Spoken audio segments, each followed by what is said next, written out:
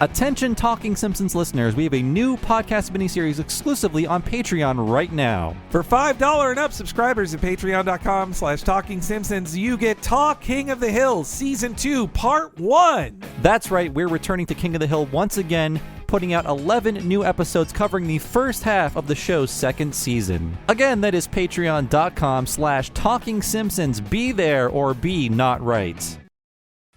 I heartily endorse this event or product.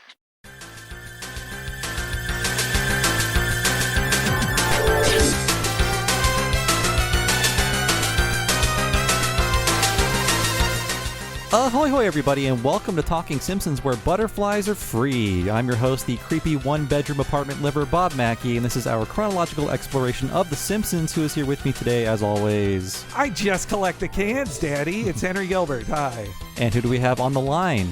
Hi, I'm Jeff Dutton, Marge's date for the prom.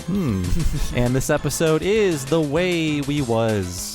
Everything I know tells me this story doesn't end with us sitting here and you telling it to us. Get off the edge of your seat. They got married, had kids, and bought a cheap TV, okay?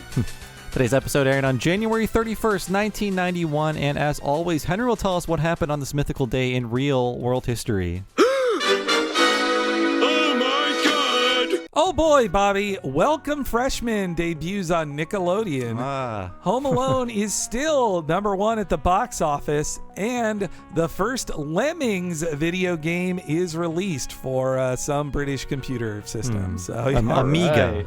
That always looked more fun than it was to me. Every time, It was. Yeah, every version of Lemmings I played, every time I was like, I'm good. After the first 2 rooms or something. Even the Mario and Donkey Kong Lemmings ripoff was the most I liked a Lemmings game. I even didn't like that one that much. No. What are those? It doesn't ring a bell.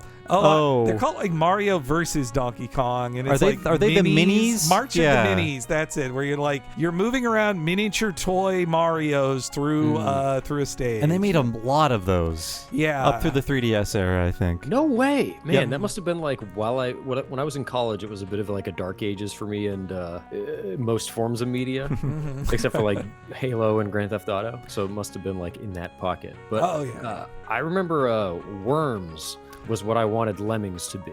Yes. When I found Worms, I was like, oh, okay, this is what I wanted Lemmings to be. I didn't want to have to like crawl out of a pit or whatever you do in Lemmings.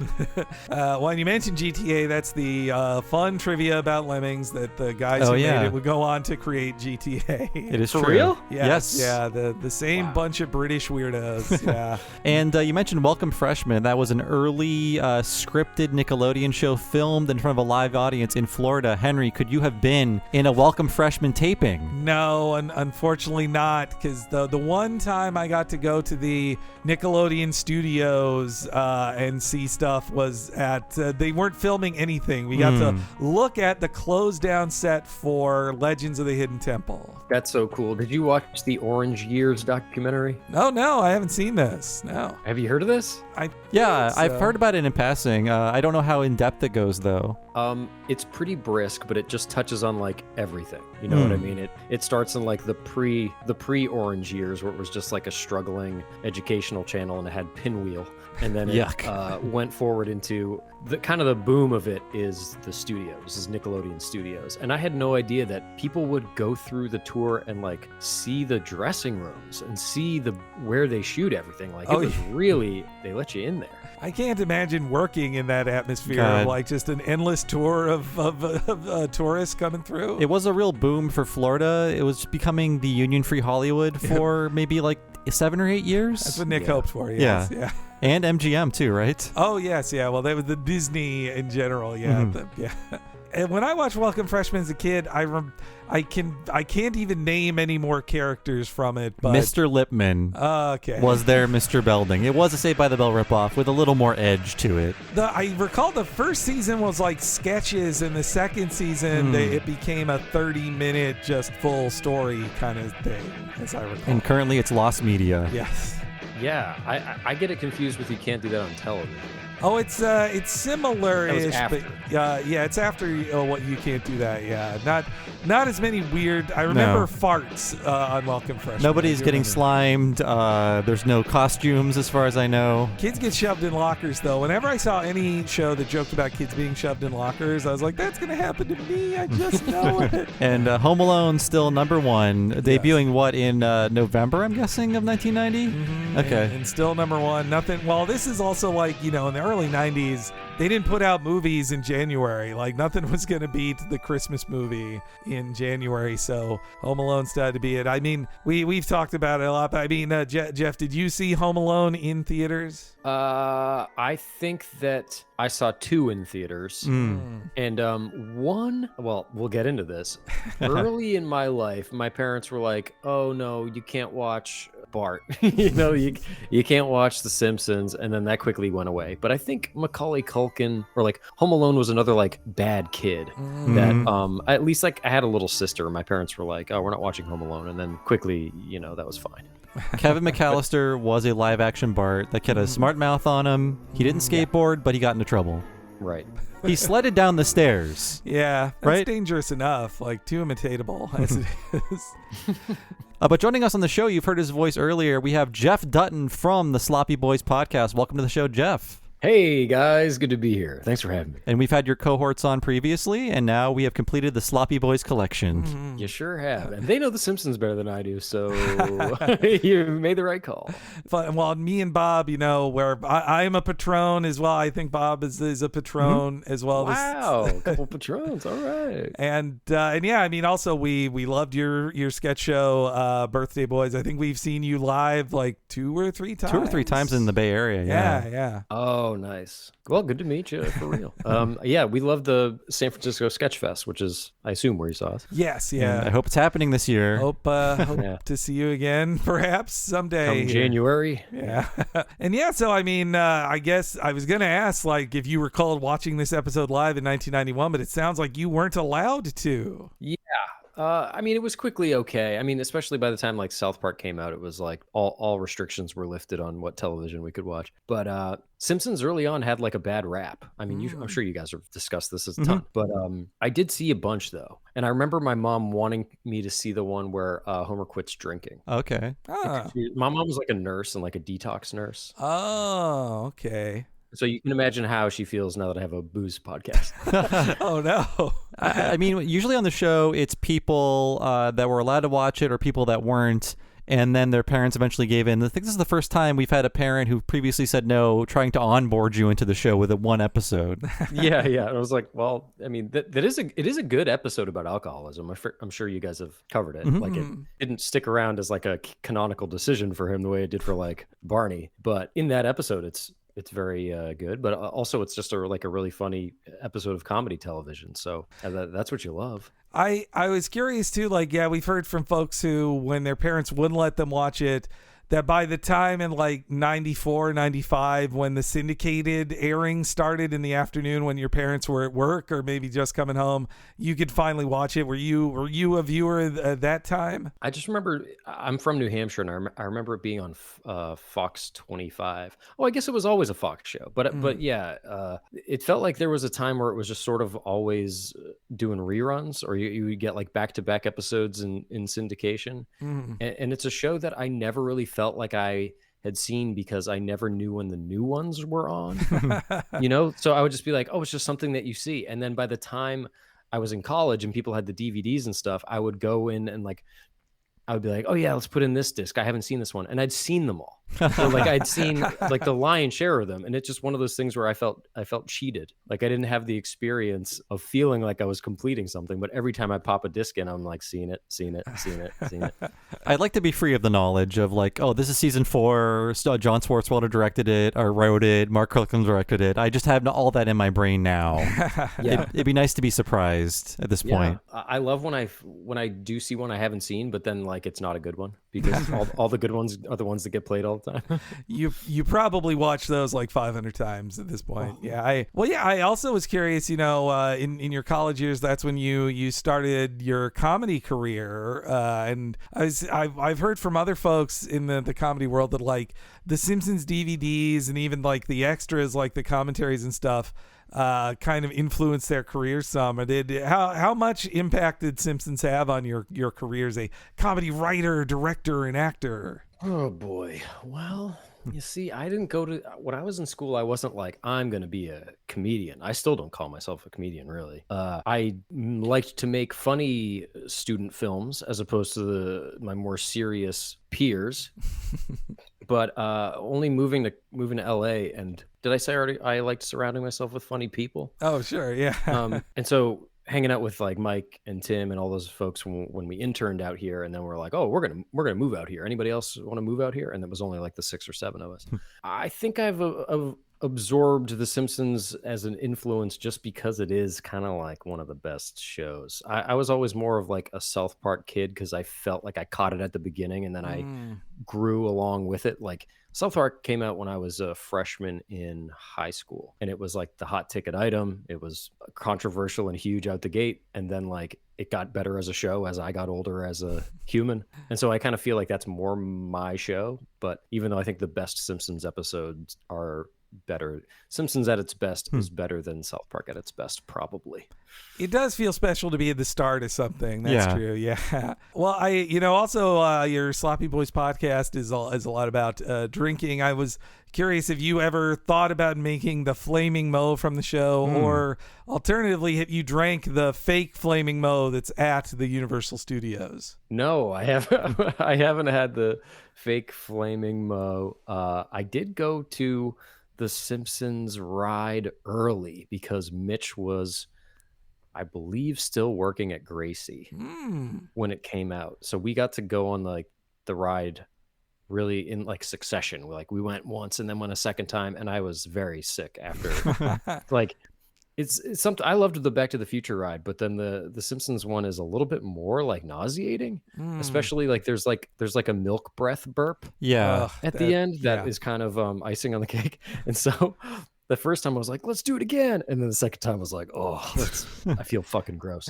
Anyway, I haven't had the Flaming Mo drink, but like, what's the ingredient? It's called, it sounds like it's just a Long Island iced tea, or one of those ones of like a lot of different alcohol, just a shot, and then codeine laced grape cough syrup on top. Non-narcotic. Oh, and you do have to light it on fire first too. Yeah. So it's like a flaming shot. Any thoughts on? I would do that. Any thoughts on just drinks you light on fire in general?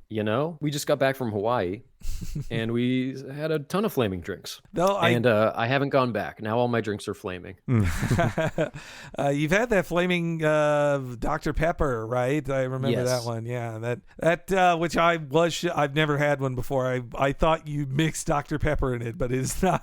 I was shocked to learn that was not the case. Same, I thought so too. But I mean, it's kind of more fun when you realize like, no, it's this other stuff that you put together and you light on fire, and then it tastes like Dr. Pepper. That's a cool thing. Did you try it? No, I haven't. I just listen. I don't have enough of a liquor cabinet, so no problem. Bob, I got a little nod out of you. Did you try it? No, but I want to. Yeah, you should. I've been building up an unhealthy liquor supply over quarantine, and now that it's over, I need to start drinking it all in higher quantities. I think that's how it works. On the mention of The Simpsons, right? I did want to say I just went to Universal right after they opened back up. And me and my husband got to ride it, alone, because that's how they were safely doing it. So that was part of the treat. But it was the first time where it like really hurt me. Like I think you need the ballast of all those other people to keep the thing stable. I think so. Like it did a thing of like, lurch forward and then pull back, and like it actually like I bashed my back against the hard back of the thing. Like, ow, my back hurts. Like I couldn't believe how much that hurt. That sounds like me on Goofy Sky School. Oh, I never riding that again. No way. Wait, what is that? A Disney ride? That's California Adventure. It's one of those wild mouse style roller coasters, which which means they're made out of wood and very painful. They just shove you around, and for like 30 seconds, you're just shaking, basically. I've never been to California Adventure. I want to, especially now that they're doing. That's where Marvel is, right? Yeah. You can see Spider-Man there now. I know, dude. I saw they have a guy winging around. I don't know if it's a dummy or a robot or what. It seems like they got a dude doing some serious stuff. Oh yeah, it's really cool. So I guess you mentioned it before, but like, yeah, you had your pals who did work on The Simpsons, so you guys got to enjoy some free Simpsons food on occasion. Mm-hmm. Or at the opening of the ride. Mm-hmm. Yeah, that's what you got to be Mitch's +1 to the ride. Yeah, truly, honestly, I think that's exactly what it was. Like, I was Mitch's +1. Well, I mean, we heard about the birthday boy's house and Mitch bringing home non-eaten Simpsons food for like a free feast. Oh yes, that stuff. Yes, that was the best. What a time. Like back when you're all PAs and stuff, you do get all, like, I would call them like fringe benefits, but it's just like the runoff from successful people. So occasionally you'd be like, hey, we got a bunch of pizzas up at the house. Like, who knows where they came from? One of our jobs. But Mitch in particular, because of that writer's room, would just have like just feasts of like untouched, sushi. A couple hours old, but come on. Yeah, Matt Selman couldn't finish his foie gras, so it's all yours. Yeah, really. No, I've heard through the grapevine, I don't think the writers working from home right now on Simpsons, I don't think they get free food anymore. I think they got to buy their own lunch. Boo-hoo. The last thing I wanted to ask Jeff about your background is, I didn't know this until I started listening to the Sloppy Boys podcast, that you are an anime fan like Bob and I.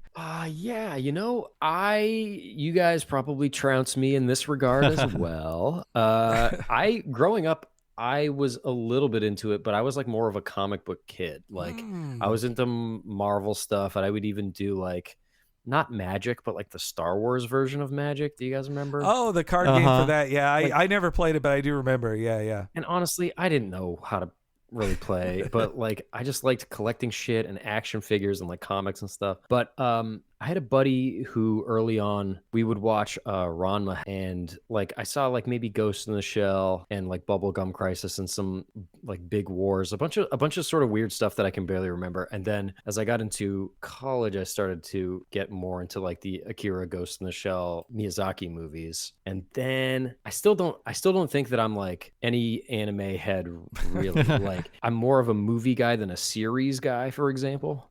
Like it's too much to me to like watch 20 episodes of a thing. I watched Attack on Titan and I was like disappointed because I wanted more answers. And I forget that like that show is pulling from just like books and books and books and books, and they're just going to draw this motherfucker out.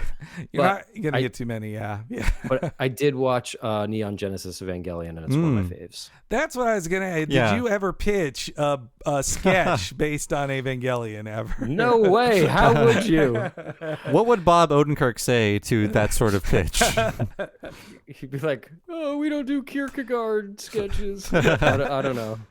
No, it sounds like you had the elder millennial gateway to anime that we did too. The same pathway, the same like style of shows and movies. I didn't really do like.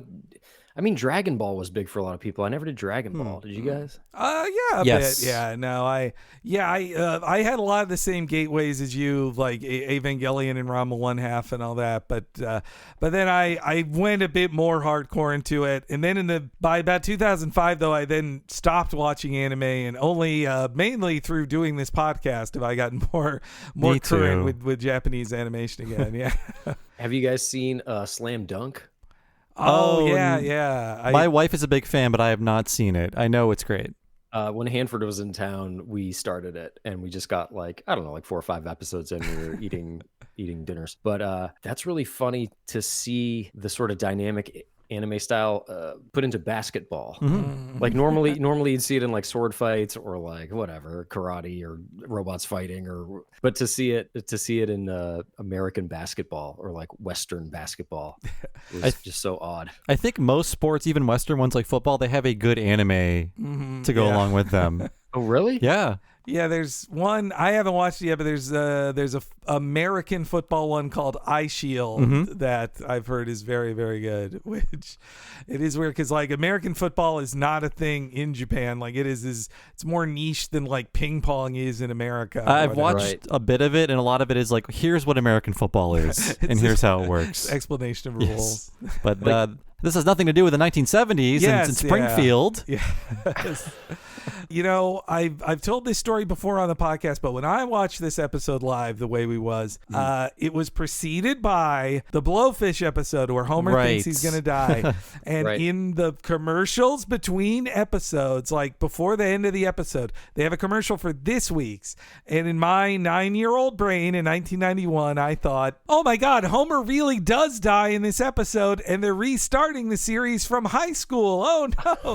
Like I had a minor panic about Homer was going to really die, but that would be a good spinoff. That would be. I mean, you were creating fan theories before there was an internet. I was. I was born to be a nerd right then, yeah. And we covered this episode 5 years ago, and we did the scary math then. Let's do it again, because this is an episode aired in 91, about 1974, 17 years prior. If this episode aired today, it would be about 2004, when Marge and Homer were seniors in high school. So you just have to say it up front, because I mean, when we were watching this in 91, or at least Henry and I just thought like, wow, this world I never knew, this time period I never existed in, now it's just like 17 years. I can do that standing on my head. Yes, who cares? Yeah.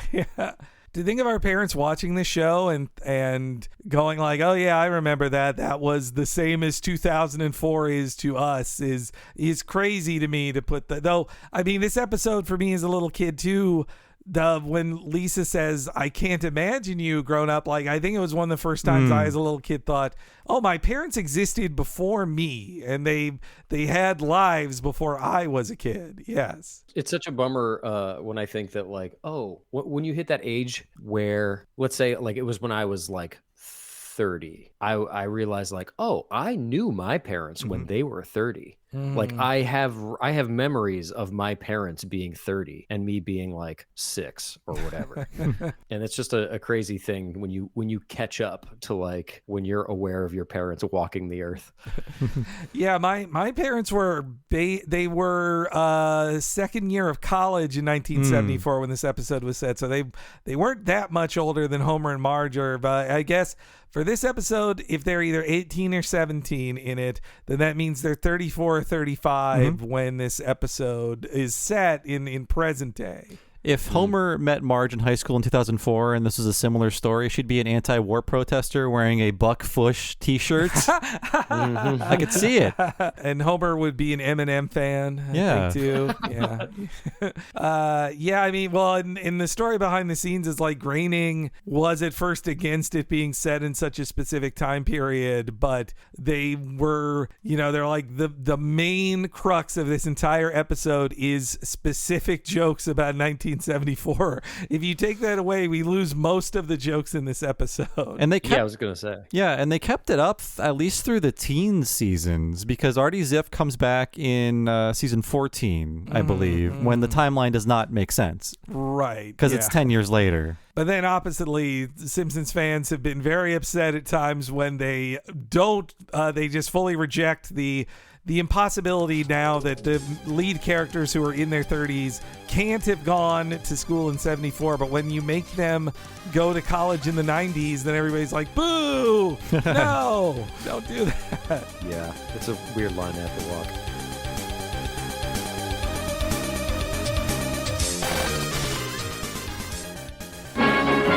The Simpsons will be right back. A young Homer Simpson has made his plans for prom night. I'm gonna drink a lot of beer and stay out all night. He'll be dressed to kill. My tux is gonna have the widest lapels, the most ruffles, and the highest platform shoes you ever saw. Now all he needs is a date. Marge, would you go to the prom with me? Homer J. Simpson, I hate you. So will you go out with me? The Simpsons.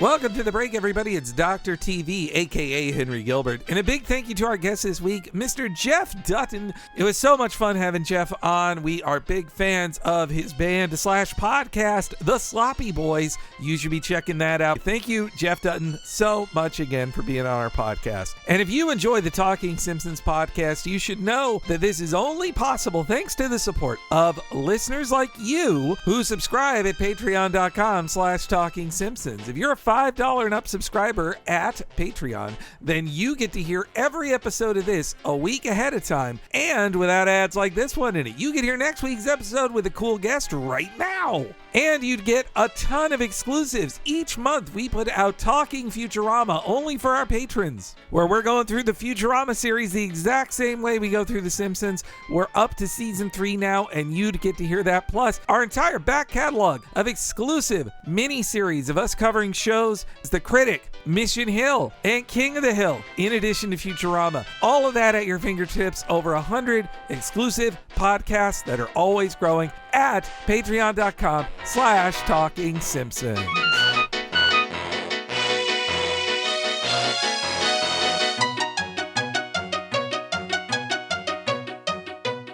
But if you want something as nice as a date with Elliot Gould, then you should sign up at the $10 level at patreon.com/Talking Simpsons. That premium level gets you all that $5 stuff I just talked about, and then our monthly super exclusive podcast once a month. That is the What a Cartoon movie podcast. See, me and Bob have a sister podcast, What a Cartoon, where we talk about animated series super in depth like we do on The Simpsons. Please check that out as well wherever you download podcasts. And once a month, often for over 4 hours, we talk about an animated feature film super in depth, just like we do with The Simpsons. This month, you're going to hear us talk about The Hunchback of Notre Dame.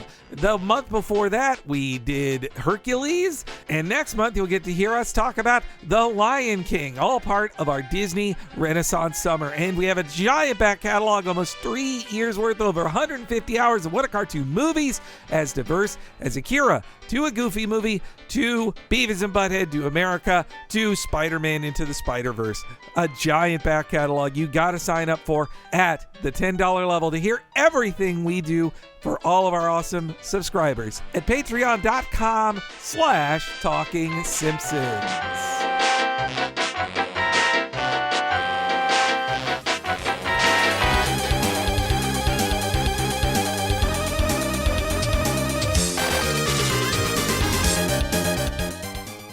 Well, also the behind the scenes too on this is like they had never had these answers for how the Simpsons got together. Like they wanted to do this flashback thing and they thought, well, what do you go back to? What shows did this kind of thing? And what they looked back to was the Dick Van Dyke Show, that which did so many episodes. I think it was on the Dick Van Dyke Show, they decided they didn't want episodes with the kids. And they're like, well, how do we do that? Like, oh, Dick Van Dyke will tell a story about before you were born, we did this. And that would be the framing device for the whole episode. Dang. And they looked to original Dick Van Dyke Show writer Jerry Belson to help them with this, and same with Dave Davis, both of whom are, comedy writing legends who were old Mary Tyler Moore production buddies with James L. Brooks. And yeah, this episode really sets like a template for one of their most recurring episodes. The Simpsons. I think now they're like the last season on the show, they did at least 2 flashback episodes with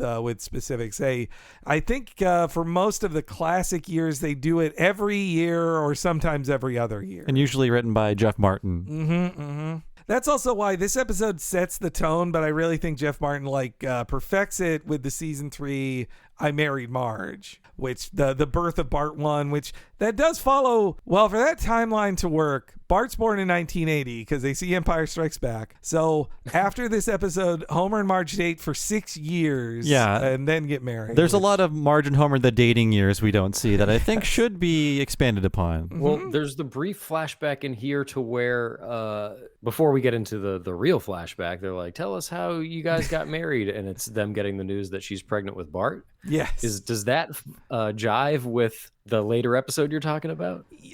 Yes. Yeah. But they actually redo that entire scene in that episode, but they redraw Homer because the version of Homer that appears in that episode is not the same comb-over Homer they draw in this scene. So, Got you. But they And do then- make it work. Yeah, and then in the episode where Maggie is born, the story of that, we find it's all retcon in that, how did Homer lose his hair? Well, he tears out more upon finding out about each child being born Right. And on that- the couch. And that episode is very specifically set in 1993. Yes. Yeah, but I think, Al Jean and Mike Reese with Sam Simon, they wrote a good episode, but I also really think that David Silverman, the director, hit this one out of the park. Yeah, he said that he graduated in 73, so he just brought his yearbook in. And a lot of the people, including Artie Ziff, are based on people he knew in high school at the time. The best. That really helps the authenticity of it. Like there's so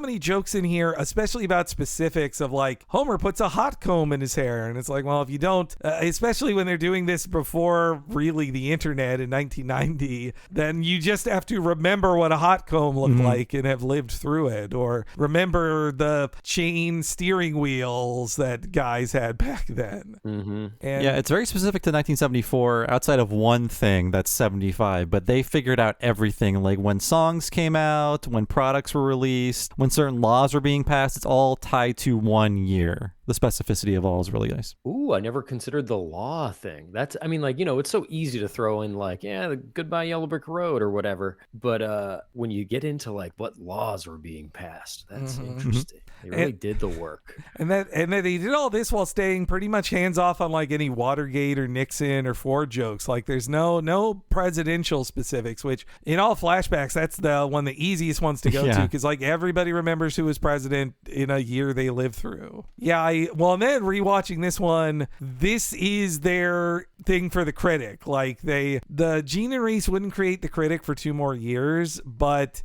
this has so many, not just that it's the first appearance of John Lovitz, but it starts with a critic gag. You know? It starts with a movie parody and then a discussion about it, but with 2 characters instead of 1. They smash Siskel and Ebert together for the critic. Yes. Right. But yeah, this has a lot of first appearances. This is a major episode for you got Wise Guy and McBain in the same episode. That's a pretty big one. And also before we'll get into it right now, but I do want to credit the Twitter account ThatGuy3002, the professional Simpsons collector who has been very helpful in this podcast because he buys original table read scripts of Simpsons, collects them, and then does full Twitter threads of here's the original script and here's how it was changed in the episode. So I'll be citing a few of those when it's a big, interesting change. But Nice. I want to credit that guy 3002. If you listen to this podcast, you probably follow him. I would hope. But if not, so this episode begins with a joke about sitting too close to the TV. I don't think I did it that much as a kid. Only if the NES controllers cords were so short, that would be the only reason I sat that close to the TV. I did like how they put a weird blue glow on their faces. It's subtle, but at least in my streaming, I could see they are kind of putting this sort of sicky neon thing on the whites of their eyes. That's it is burning their eyes now. The kids in their screens, they got them right up to their eyeballs every day, but didn't do nothing to us. I also was shocked at Homer directly threatening to injure their eyes. This is physical violence. Yep. Homer's Classic Homer. He's going to punch those children in the eyes. But yes, this episode begins with the debut of one of the Simpsons' most famous characters, and I don't mean the 2 critics. Wait, this is the first appearance of McBain? It is the first McBain. Oh my God. I got him in this first clip here. Our next movie is McBain, another shoot 'em up, push him through the plate glass window, splatterfest from the Hollywood cookie cutter. Here's a typically brainless scene. Senator Mendoza is one of the most respected citizens in this state, McBain.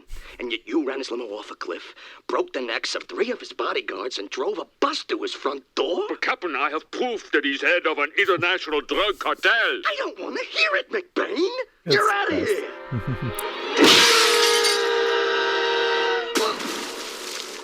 That makes 2 of us. All right, McBain. That makes 2 of us. I love it. You know, I can't believe we're talking about the same movie. I thought McBain was a non-stop roller coaster of chills, thrills, spills, and kills. And that chase at the end, my friend? Are you nuts? That movie stinks like your creepy one-bedroom apartment. Your mother didn't think it was so creepy. My mother, real mature. I'm sick of your grade school I love insults. watching a bald guy argue with a fat tub of lard. I forgot, until having it isolated, I missed the bald one just grumbling through the entire time the fat one talks. Like, that's so, that's how they're credited in the script, is the fat one and the bald one. But I mean, we all know who they are. R.I.P. to both of them, man. I've watched that show all the time as a kid, and they really captured. How many times did you hear Ebert say back to Siskel, I can't believe we're talking about the same movie? Yeah. Like, that's such a perfect encapsulation of their relationship. And when they go on like Letterman or whatever, they would get personal. Oh, yes. Yeah. I think they actually didn't like each other half of the time. So more about McBain. So alarmingly, this episode comes out in January of 1991. In September of 1991, there is an action movie called McBain, spelled the exact same way, starring Christopher Walken and Michael Ironside. And because of that, they are iffy on the use of the term McBain. So that's when they resort to using Rainier Wolfcastle, the actor's name. But then they eventually go back to using McBain. But yeah, the same year, it's lateral thinking. There's an action movie called McBain released 9 months later after this parody.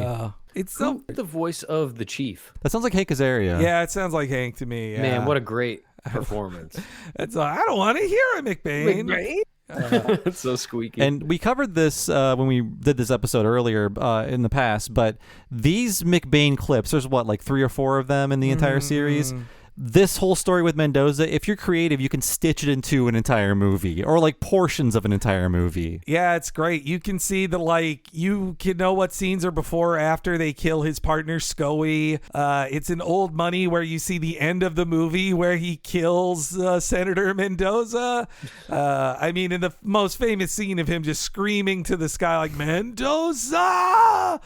That's right. God, every bit of McBain is so good. I mean, once unfortunately, a Christopher Walken movie forced them to just have Rainier Wolfcastle just show up in as a person, and so you couldn't just see endless scenes from the film McBain. But he's still a very funny character even then. I mean, he is just a Schwarzenegger parody. That's what I love. What they're making fun of Schwarzenegger here is that like just his 80s action films where he is such a ridiculous person who's like, I'm John Smith, the cop. I think you're thinking of John Matrix from Commando. Yes, yeah. And he's about to be in Terminator 2 that May or June, I believe, of this year. So. Right. Well, and so here's one of the biggest things I learned from that table read script. In the original script, his name is Mick Quaid, not McBain. So like in Total Recall, he's Quaid, right?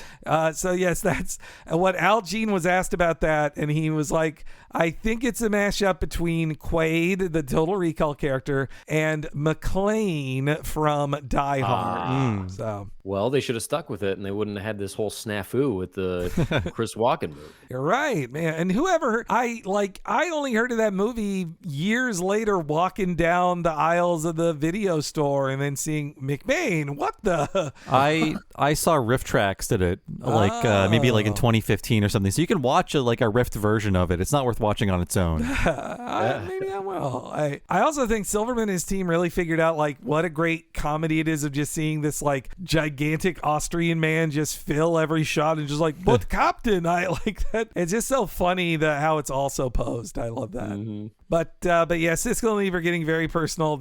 Your mother didn't think it was so creepy. That's such a great line. I thought of one actual zinger that Siskel did for Ebert. That I was watching some clips of them on Letterman, and Siskel said that they called Ebert's wedding reception Operation Desert Storm, like eating desserts. I get it. I didn't sell it, but he did. That's good. Gene Siskel sold it. That's funny. And I also rewatching those now. I'm like, oh, this is like just a podcast now. It's just like guys arguing about movies. It's except they're only restricted to 22 minutes. They can't just go for 3 hours or whatever. But I really, man, what Ebert could do with the podcast medium now if he were here, it's too bad.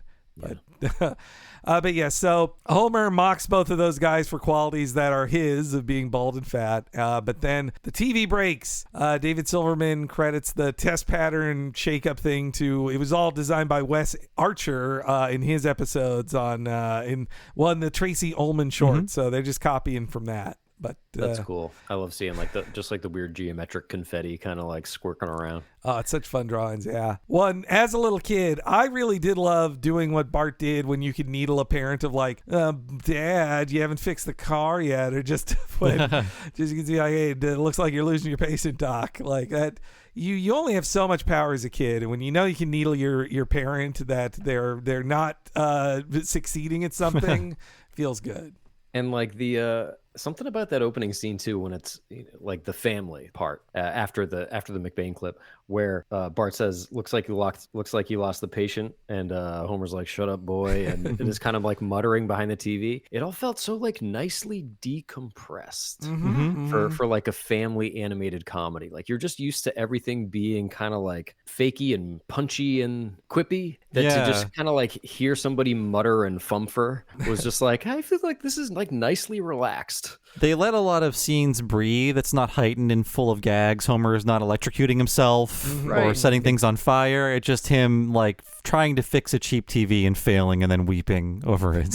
Yeah, and it's funny and it's offhand. It's not pushed. Yeah, I could see in a writer's room, somebody would say, he just says shut up, boy. We can be funnier than that, but there's just something natural, just like shut up, boy. Like just a tired father saying that to his smart ass son. That's just fun. It is just nice and comfortable and natural. Right. And you can do it. I mean, there's so many.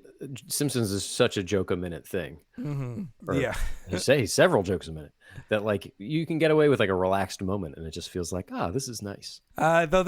Season 2 is where they slowly move out of that kind of pace, but they're still in it here. And Homer insults his cheap Chinese TV, which my Chinese TV in the living room right here is still pretty good for 10 years on. I kind of think all TVs are Chinese. Well, yeah, it's impossible to buy a TV not made in China if you wanted to, which I'm not one of those buy American types anyway. But even if you were, you literally can't buy a TV that's made in America. It's impossible. No one makes it. But yeah, so then the bit 2 of Homer hitting the TV and trying to fix it and the kids just screaming, that also is like straight out of one of the Ullman shorts, like just the kids saying, no, it's not work like that. And I love when they're screaming worm tongues and the crazy like Dutch camera angle on them screaming. I love that shot. It's so good. And that scream reminds me of the Simpsons arcade game. Like the attract mode that it would go in, the rotation that arcade machines make when nobody's playing them, and then you'd hear I remember you'd hear throughout the arcade that like Oh, that's right. The Bart and Lisa scream. Anytime you get hit, when me and Bob just replayed that recently, and I forgot just how very loud it is because if you just have 4 characters on screen, they're all talking, they're all screaming, they're all getting hit and going all the time. The best. And so, but the TV breaks. They're just left with a dot. Again, Dan's delivery of just like, God, she's right. Just like he just falls apart instantly. Like great acting on Dan, and the posing. When he's the shot of him going like, dear God, just give me one channel, and the camera's like down and up at him. Like that's such a great shot. I feel like I saw that in a million ads for The Simpsons of like The Simpsons on every night. Dear God, give me one channel. Like Homer immediately just brought to tears upon one minor setback. Yes. I guess like at this point in time, I remember being like just completely distraught when the cable went out. And now, if the internet goes out, I can rely on my phone. That's just like true, the phone can still connect, thank God.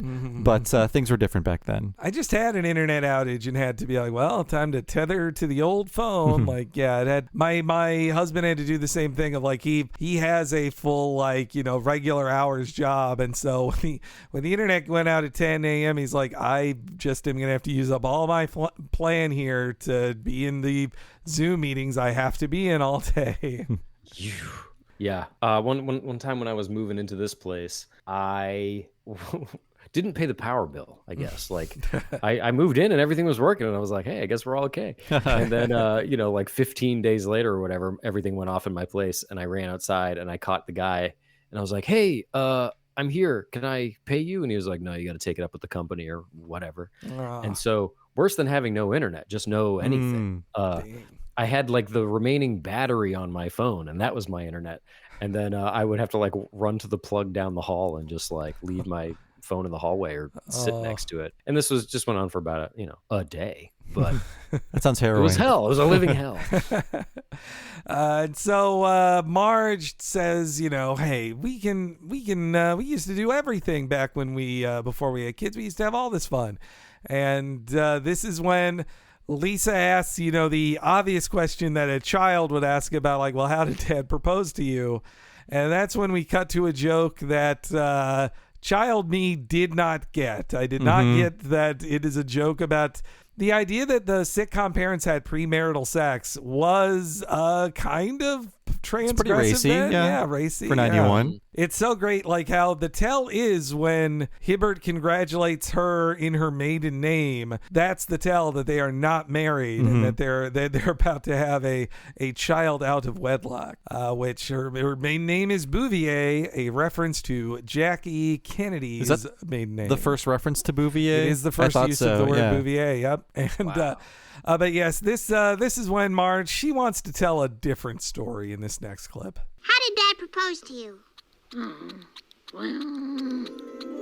Well, Miss Bouvier, I think we found the reason why you've been throwing up in the morning. Congratulations. No! Lisa, I'd rather tell you a different story. How your father and I first met and fell in love. We were seniors in high school, but we had never even met. Why do birds some people call me a space cowboy. Yeah. Some call me the gangster of love. Some people call me Maurice. Woo! As I speak of the pompadours of love. Oh man, that's good. That's Steve Miller Band, or a cover of both Steve Miller and the Carpenters. Hey, they got enough money for the song rights. They can't pay for all these masters. This has 5 different sones in it. It's true, yeah. Elton John's in here, Ray Stevens. Yeah, oh yeah, they got that too. And The Hustle as well. They have so much. They were just throwing around song money licensing. I like that they bring the Carpenters back later too. Am I wrong or no? They do. No, you're right. Yeah. I love the Carpenters. I know the joke is here that they are lame and corny, and they are lame and corny. They're as corny as a 70s band can be, but I love their corniness and this weird songs about love by a brother and sister. That's just such an odd thing about it too. I didn't know any of these songs were real songs when I was a kid. So when that Steve Miller Band came on the radio and a friend's dad was driving us around with classic rock on, I was like, oh, this song is great. And he was like, how do you know about this? 8-year-old, explain yourself. No, I never had heard that song before, even though as a little nerd child, I listened to the oldie station all the time, but the oldie station didn't play 70s stuff, so I didn't know this song. Old enough. No, not in 1990, but it would be. Man, that's so funny when an old song becomes a hit again because it's in a movie. I mean, it used to happen a lot. But I remember in high school, Build Me Up Buttercup had was back on the charts because of Something About Mary. Right. No, No, for me as a kid, I don't think I ever heard Queen before I saw Wayne's World. Wayne's World, huge. Yeah, that's the perfect ref. And what a bummer though as a kid to find out about, like, oh, this is Queen. You love this, and they're done. Like the lead singer's dead, so you got to learn about them, and the lead singer's dead. Bad timing. To get into Queen in 1992. But no, yeah, that was. It doesn't happen as much. I guess it sort of happened with Guardians of the Galaxy. That popularized some old 70s songs. Yeah. Yeah. I liked Guardians okay. I didn't like it as much as a lot of other people. I don't like that was it Guardians? Should Guardians be to blame for every fucking superhero movie now having like an old pop song in it? It does... like in the trailer, they all of them now are just like, oh, it's a superhero movie, and it's like, we don't need no edge. Like, fuck off with that shit. How many of them were painted black? Oh God, no. I think Guardians, they had some deep cuts, but in Guardians, my biggest complaint was that I feel like after Reservoir Dogs popularized the ooga chucka, like once they made it their own and so famous in a movie, you can't put it in your movie anymore. Like that's just no. Reservoir Dogs owns that song. What was the Air Force commercial movie? Superheroes? Oh, Captain Marvel. Yeah, wasn't that just like a Spotify playlist they put on during the movie? Like the 90s hits. It did do that. Yeah. Yeah, they had Just a Girl at least. Well, I just watched Cruella, and that is like literally in a 5-minute span, they play 4 songs from the 60s and 70s. It's like, and I'm like, well, but I like these songs. I like Iggy Pop's, Be Your Dog, but I don't. I get it. Yeah, I get it. I get it. You get it. Yes. I do feel like Guardians, because it was just like, oh, there's a whole mixtape. It was just like, oh, you're gonna go like hog wild with this shit. I think they are kind of to blame because Guardians came out before Deadpool. Am I right? Yes, yeah, it did. Deadpool, a lot of sort of like winky pop stuff, and then like Suicide Squad was like re-edited to be more like Deadpool and like have more pop songs in it. And I don't know. I feel like if you're Boogie Nights, you get to like do like the mixtape from the era. But if you're, I don't know if you get to if you're a Marvel movie already and you already have everybody in the world showing up to your thing. Well, what's still impressive with me with Tarantino movies is that, like in Once Upon a Time in Hollywood, he did have songs that I've heard before, but he also like gets, I'm not like a super music expert, but he uses this Out of Time song by Rolling Stones and the mono version of it too. I'd never heard that song before. It's not like a well-known Rolling Stone song. And here he is able to like make it his own because it's like, well, no one else has used this in a movie before that at least that anybody remembers. So but it's hard to dig deep and find like a song nobody's heard before and then license it. And like I loved Once Upon a Time, and I like that they're sort of doing like the AM radio shtick where it's like you're always sort of in the car and you're always sort of hearing songs passing by, and so he uses Mrs. Robinson and then like cuts off before the chorus, like anyway on to the next scene. I was like, whoa, how it goes. Baller move, Tarantino. That was hearing these songs, this definitely taught me about 70s music, and as a little kid, and we're all still confused by pompatus and that fake word. Did you look into what it sort of is or what it kind of is? No. So pompatus is, this is what I read on Wikipedia, but it is that Steve Miller had actually used it in a song before this. So this was him referencing himself of saying, like, when he says they call me the pompatus of love, he's referring to another song where he said that, but he was referencing a 50s doo-wop song that used the word puppetus of love. Puppetus? But which is also a made-up word. And then he didn't know what that word was, and so he said pompatus. So it's just a nothing word, but that's where it comes from. Honestly, I think that's allowed. That's where like Jellicle Cat and Susu Studio come from. Those might mean things, but like I think to most people it's just like, oh yeah, you can just sing some nonsense if it's musical. It was also the name of a 1996 John Cryer film, I learned. Really? The Pompatus of Love is the name of the movie. I didn't know this Stephen Miller band had this song had footnotes. Yeah, I've always been confused by that Pompatus bit, and I love Young Homer. Homer, like, he is a doppelganger for Philip J. Fry from Futurama. They look very similar. Yep.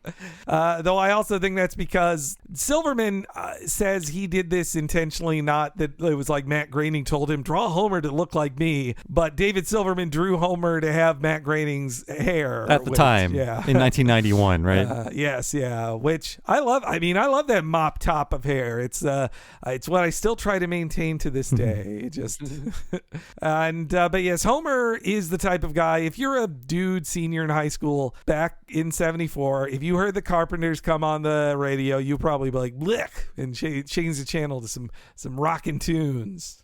But I love the Carpenters quite a lot. I also think of this bit here with, we have our friends who work on the show, the Cartoon Network show Craig of the Creek, and there's a bit in Craig of the Creek where several times they have to write the parents on the show of like, well, if the parents are our age, then they grew up in the 90s, and so they write these scenes of like the kids not knowing 90s music, and the parents go like, no, this was cool. And now I'm like, oh, this is what my parents felt watching this scene of me being mystified by this world I'd never heard of the 1970s. That to experience it on the other side through watching our friend's show Craig of the Creek.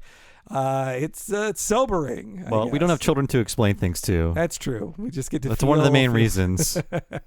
I don't want to explain shit to these kids. No. Homer parks his car, meets his friend Barney. I really like the vibes of high school Barney and Homer. They're fun. They're a fun couple of buddies. I like that. Though when I saw it, I was like, oh man, I was the Barney in my friendship in high school with my friends. I wasn't Homer. I was Barney because I didn't have a car. I was the guy who was friends with people who had cars. I didn't learn how to drive until after my senior year of high school. Me too. Only a year after, but that's good. It's funny that like Homer's the cooler of just two like loser dudes. Yes, yeah. Yeah, I guess I guess we don't see more of what a loser Homer was in high school until further flashbacks. Like Homer Simpson, I think you're cute. Yes, yeah. And then the girl walks away, Sarah, that was mean. Yes. Or just Homer and Barney like on the outside of being cool in high school and trying to get into the cool guy's van. Like, yeah, the second basemobile.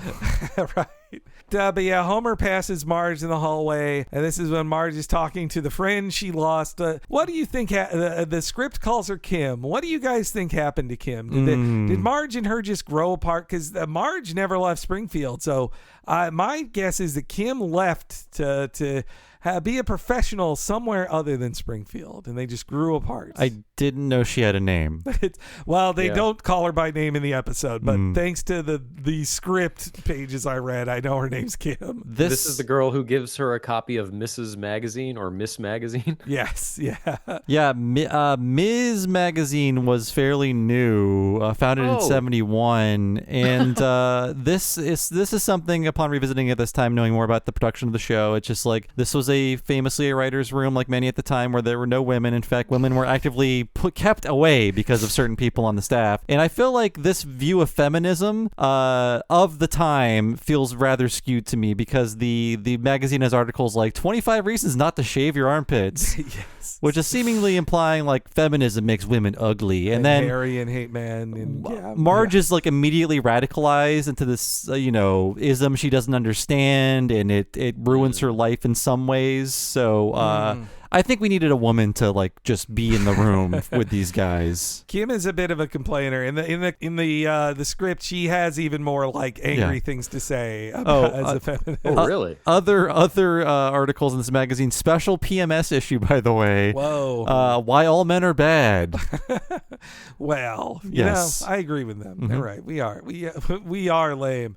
So in the script, it's her telling Marge about like, hey, women can't. It's actually this bit's a little nicer. She says like, women aren't hired to be police officers or firefighters, or there's never been a woman on the Supreme Court. And then Marge says, oh well, she naively replies, well, if we just ask men about changing that, I'm sure they would. Like that. That's a Marge answer. Yeah. Yeah, I like to think that Kim, she realized she couldn't stand being in Springfield anymore. She's got to get out of here. She went away to, unlike Marge, she went away to college. Hey, that conversation also kind of sets up Marge being a police officer. Oh, hey, you're right. Yeah.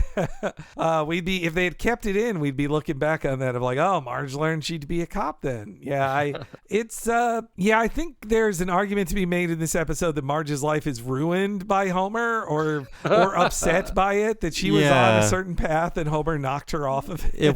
It's really a pity-based relationship, ultimately. I don't think the show, this episode is that self-aware of it. In the future, the show will be. Like, Marge just feels sorry for Homer, and that's why they're together. That's true, yeah. I want to see the series where she's married to Artie Ziff. Yeah. Oh, God. But, yeah, so Marge, and they then walk by the room where, the bathroom where Homer and Barney are smoking. I would guess it is supposed to be read as tobacco, but, like, this had to be a joke about smoking pot at school, right? Like, yeah, only because they say Springfield's answer to Cheech and Chong. Yes, yeah. I think it's a little runner for Dondelinger where he doesn't know what marijuana is, but suspects it everywhere because we get one more joke later, like, is that a bong? Is that a bong? It's like, oh, you have asthma. Okay, go ahead. So I think he's just very paranoid about what he thinks is marijuana, but they're smoking cigarettes. And yes, like, I think when my stepdad went to high school, there was like an area of the grounds you could smoke in. Like, hey, children, smoke your cigarettes here. It's the 70s. Also, yeah, you're right, because, you're smoking weed, you have one joint, you pass it around. You don't each have a joint. Yeah, it's true. It looks like they both took it out of a pack. That's true. Yeah. Oh, they had a pack too. No, I mean, it looks like they both just came out of a pack. I got you. But I think like up until the 80s, smoking on high school campuses was normalized to the point where there was little areas because they're like, well, children are going to smoke. Yeah. We got to give them the space for it. Stop them smoking. Yeah, I feel like Freaks and Geeks had a smoking area, didn't it? Oh, yeah. Yeah, I think so. Yeah. But by the 90s, you could at least not smoke on campus. On my high school campus, you could not smoke. Same here. Yeah, same. You would get worse than detention. You'd get like work detail in my school. But that's the debut of Principal Dondelinger. Yeah, I love that name. Seldom seen Dondelinger would come back once for the front, and I'm sure he's like in crowds here and there. But that was his only other major appearance, teaching that adult education class when Homer finds out he didn't graduate. And that episode is sort of a callback to this one. Oh yeah, it's like a sequel. Yeah. Though I looked up on the wiki, he would make like speaking line appearances in season 20 and season 32. Wow. So this year. Yes. Yeah. Dondelinger hasn't fully gone away, which it's funny that they now write stuff like Homer didn't go to high school in the 70s, but he still has a 70s high school principal. Who is very much like the tough principal of the 70s. Like that. Dondelinger's he's funnier. The front has the best joke with him. Yeah. Just like saying that he's trying to do this because his wife just passed away, and that Homer said, is this going to be on the test? And he's like, no. And Homer just strikes through dead wife on his notes. That is a good joke. Who's the principal in Back to the Future? Strickland. Yeah. It reminds me of Strickland. Me too. I was thinking that. You're right. A lot of this has the feel of it. It also ends at a dance and the parents getting together. This has some feel of Back to the Future to it for sure. Yeah. Hey, yeah. The girl's going with the wrong guy and the right guy's got to step up. Like part of me in this episode when I'm watching it, I'm like, well, this is when Homer beats up Artie or saves Marge from Artie, but no, Homer walks home crying. Yeah, and it's just more of just like incidents happen without Homer's involvement. Yeah. No, Dondelinger is such a strong character. Like, if they wanted to just do a bunch of high school episodes, Homer and Marge in high school, Dondelinger would be a good, like, recurring character for those. But it's pretty rare they do it now. I mean, too, they can't set it in the 70s. But this is before, it was by season 10, I think it was, when they decided, who else went to high school with Homer? Lenny, Carl, Moe. I was going to say everybody. Waylon Smithers, like anyone in Homer's age group also went to high school with Homer and Marge. I mean, that's not wrong. I know a lot of, my parents are kind of like Southern New Hampshire people and never really left. They're still friends with they actually do go to school with all their high school buddies, or go to work with all their high school buddies. Yeah. You stay within a couple miles of everybody you knew in high school. But Marge, meanwhile, has been fully radicalized, and she gets sent to detention. Well. If it isn't Homer Simpson and Barney Gumble, Springfield's answer to Cheech and Chong. Allow me, gentlemen. You just bought yourselves 3 days of detention. You know where and when? 3 o'clock, old building, room 106. And in another article, I found out that they hire professionals to do all the jobs of a housewife who incidentally is not married to a house, who costs $48,000 a year. Right on, sister.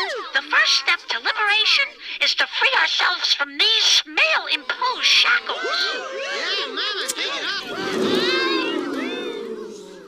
I didn't think it would burn so fast. I guess it's a tissue paper inside. Miss Bouvier, I am surprised. You just bought yourself 1 day of detention. You know where and when. Well, no, I don't. Actually, I've never 3 o'clock, old building, room 106. I do wonder what this episode feels about feminism, because Marge's statistics she's saying are true things about, an inequality that women were facing then and still do about, homemakers and housewives. But they also do write her scene is performed of like, you're now a very shrill, angry person, and you complain a whole bunch. Based on one magazine. Yes, one she's issue of Ms. In this article, it says it's all based on one magazine she was given She's to. very excited about one article one magazine she read. And so, she got in trouble because she burned her bra? I guess she caused a disturbance. Mm-hmm. I think that's it, yeah. It's funny that they added the whole, like it burned really fast and people went, ooh, and they made a joke about it. Yes. It felt like they needed to, punch up that moment so that it read as something, so that a guy could come in and be like, you're going to detention. I guess they got to make it a joke. They're doing a bra burning joke already, and then they also have to make a joke about stuffing your bra. She stuffed it with flash paper, it seems like. Burning the bra was a big thing. If you're doing a checklist of things that happened in 1974, bra burning must have happened somewhere. That feels like one of those things that happened on one campus once, and every person in the 70s was like, it happened on the streets everywhere. I do like too though that you see they give you little flashes of like, oh, Lisa gets this from Marge, like Marge feeling this passionately about it, and then later her good student qualities, which they really just get rid of for Marge in the future. But you get a little flash of like, oh, okay, she's Lisa's mom. But yes, we head to detention, and I have to ask myself, how did the nerdy girl Estelle get sent to detention? What did she do to be there? Oh, right. Well, this joke about I wouldn't go to prom with you if you were Elliot Gould, it's much more funny to me now because there's been a recent, within the past year, this Twitter meme that's exposed the hunkiest photo of Elliot Gould ever, where he's on the cover of TV Guide with Grover, and it's dripping with sexuality, inexplicably. And I don't get it, but it's there and it exists. So I'm like, I didn't know Elliot Gould was hot. Yes. Also, if I watched this as a kid, I would still laugh at that joke because it reads so much like a joke. The cadence of it, I wouldn't go to the prom with you if you were Elliot Gould. I would cackle with laughter, just not even knowing who that was. The same way that when you're a kid, you laugh at lawyer jokes, not having any sort of context for why we make fun of lawyers. Your parents would be like, you know who Elliot Gould is? I'm like, it's funny. Don't worry about it. Let me laugh. You find out a lot about what she's into. Yeah, so this was another big change in the script. Yeah, and I think you can see it in her mouth movement, so I think it was a late ADR. In the original line, it was, I wouldn't go out with you if you were Elton John. Okay. Which... I guess it's a joke about Elton John's sexuality. Yes. Okay. Yeah. It works more as one of those jokes of like, oh, this joke sounds different in modern day when we all know he's gay. That's funny. But I think Elliot Gould's a better specific than just the easier joke of like, oh, she doesn't know he's gay. Ha ha ha. It's the 70s. And also all the bits of him being turned down, asking people out to the prom. Al Jean says that was based on his life, that he said he has to ask out 5 women before he finally got to go to the prom. And I think one said yes and then reneged on that. Oh, yes. Yeah, he said one girl he had been told would say yes to a wall, and she turned him down. And but he admits he was a very nerdy young man. So went to Harvard at 16. That's so crazy. Gene went Wow. to, yeah. He's a very, very smart man. But yes, Marge is sent to detention. That's when she meets Homer for the very first time. If she hadn't been sent to detention, she never would have met Homer. I really love that the music comes back in, and this is when Homer's like, oh, now I understand this stupid Carpenter song because I'm in love. Right. And the slow-mo entrance, though, that's not in the script. That's all Silverman. So it's a really great, like just the flowers flying around and her slow walk, and she looks like Farrah Fawcett. Like, I guess that's what her hairstyle is supposed to be, right? Yeah. And I do like she's kind of moving in like these still frames, but Homer's bobbing his head in real time to the music. That's So it's a really cute good, little yeah. touch. Hopefully saved a little bit of money with those still frames. I'm sure it was artistic and affordable. Cost saving measure. On Birthday Boys, you did animation once with the swirls. That Oh hell yeah! I love those swirls. But that how tough was that to have cartoons in your show? We had Andy Maxwell, one of our editors, who was like good with he's good with like After Effects and any sort of artsy animation stuff. We had him do the actual animation, but you better believe I designed those characters and storyboarded those scenes, baby. Oh man, that's great. The swirls is, I don't want to say it's my absolute favorite Birthday Boy sketch. They're all great, but that one, every step of the swirl sketch is the funniest thing ever. Thanks, man. I mean, that was like that's kind of Mitch's whole thing. Like, his whole he was like the angry internet nerd before before it was everyone, like, oh, they ruined the Muppets, like that was his thing. And so we were like, oh, let's do a sketch where we kind of make fun of that, but we'll say all the things you really say, but in jest. The joke is on his character in the sketch, but I even you can tell it comes from a real place. Yes. Are you identifying too much with this character, Henry? No. Hey, I learned from that sketch to be like, oh wait, that character's wrong. He shouldn't want Dave Seville to come back and do the Chipmunks without. One joke I wish read better in that was when Kyle Gass appears in the closet as the creator of the Schwarvels. I forget his name. John Allison. Yes. And then he says something like, go make your Schwarvels. And I just wanted I wish that was a little clearer. That it was like, when you tell somebody like, don't get so upset about Star Wars, like go make your Star Wars. Mm-hmm. Oh no, I got it as him telling him to be creative. Yeah, I caught that. But and then him misinterpreting it and being like, me make my own. Anyway. I love that. That buy the Birthday Boys DVDs. Watch them on that. Yes, please. That's a good. Also because your commentaries are great. But hey, I can't believe you watch those. They're great. I mean, you guys are also just so funny. I don't know if I'd be that funny on a commentary after my show got canceled. I don't. I don't know if we know. We might have known. Season 2, I think we knew when we went in to do commentary that we were done. Yeah, it was. But it was very. You guys were great. We are commentary appreciators on this show. Oh yeah. Yeah, I mean, with the detail you're going into Simpsons, I guess I'm not surprised that you watched this commentary. But yes, Homer and Marge meet for the first time in this quick clip. So, what are you in for? I'm a political prisoner. Last time I ever take a stand. Well, I'm here for being me. Every day I show up, act like me, and they slap me in here. Simpson, be quiet. I haven't seen you in school before. Okay, Simpson. What? You just bought yourself another day of detention. Maybe we should get together sometime. 2 days. I'm sorry, I don't even know your name. I'm Homer. 3 days. Jay. 4 days. Simpson. 5 days. It was worth it. 6 days. Okay, Simpson, to the back of the room. What a fun first meeting with it. And Homer has the right idea. If you're just a dirtbag, sell yourself as a rebel. Be like, no, I'm a rebel. They can't understand me. I'm not just a loser. He's too real for them. Yeah, I'm a little too real for these people. Now that you got caught smoking while skipping class, it's like, no, you're just a rebel. I love also like just that real clear thing where he's causing himself harm. There's real stakes in talking to her. He's not supposed to talk to her. He's costing himself days in detention, and he still goes through with it. And then they have the added joke of he includes his middle initial J. Yeah. The costume just tax on an extra day. One day just to say that. Yeah. I also love Marge saying, like, I'm a political prisoner last time I ever take a stand, which explains why she's so unobjectionable now. Though, then again, she just did take a stand previous to this episode in the Itchy and Scratchy and Marge. So she goes back on that. It's also really great posing, like Homer acting so nervous, like he's kind of looking at his fingers as he talks to her. Like it's very accurate, like, you know, teen boy nervousness at talking to somebody. I like that. Also liked how they go to commercial right after this, where Barney asks her out, and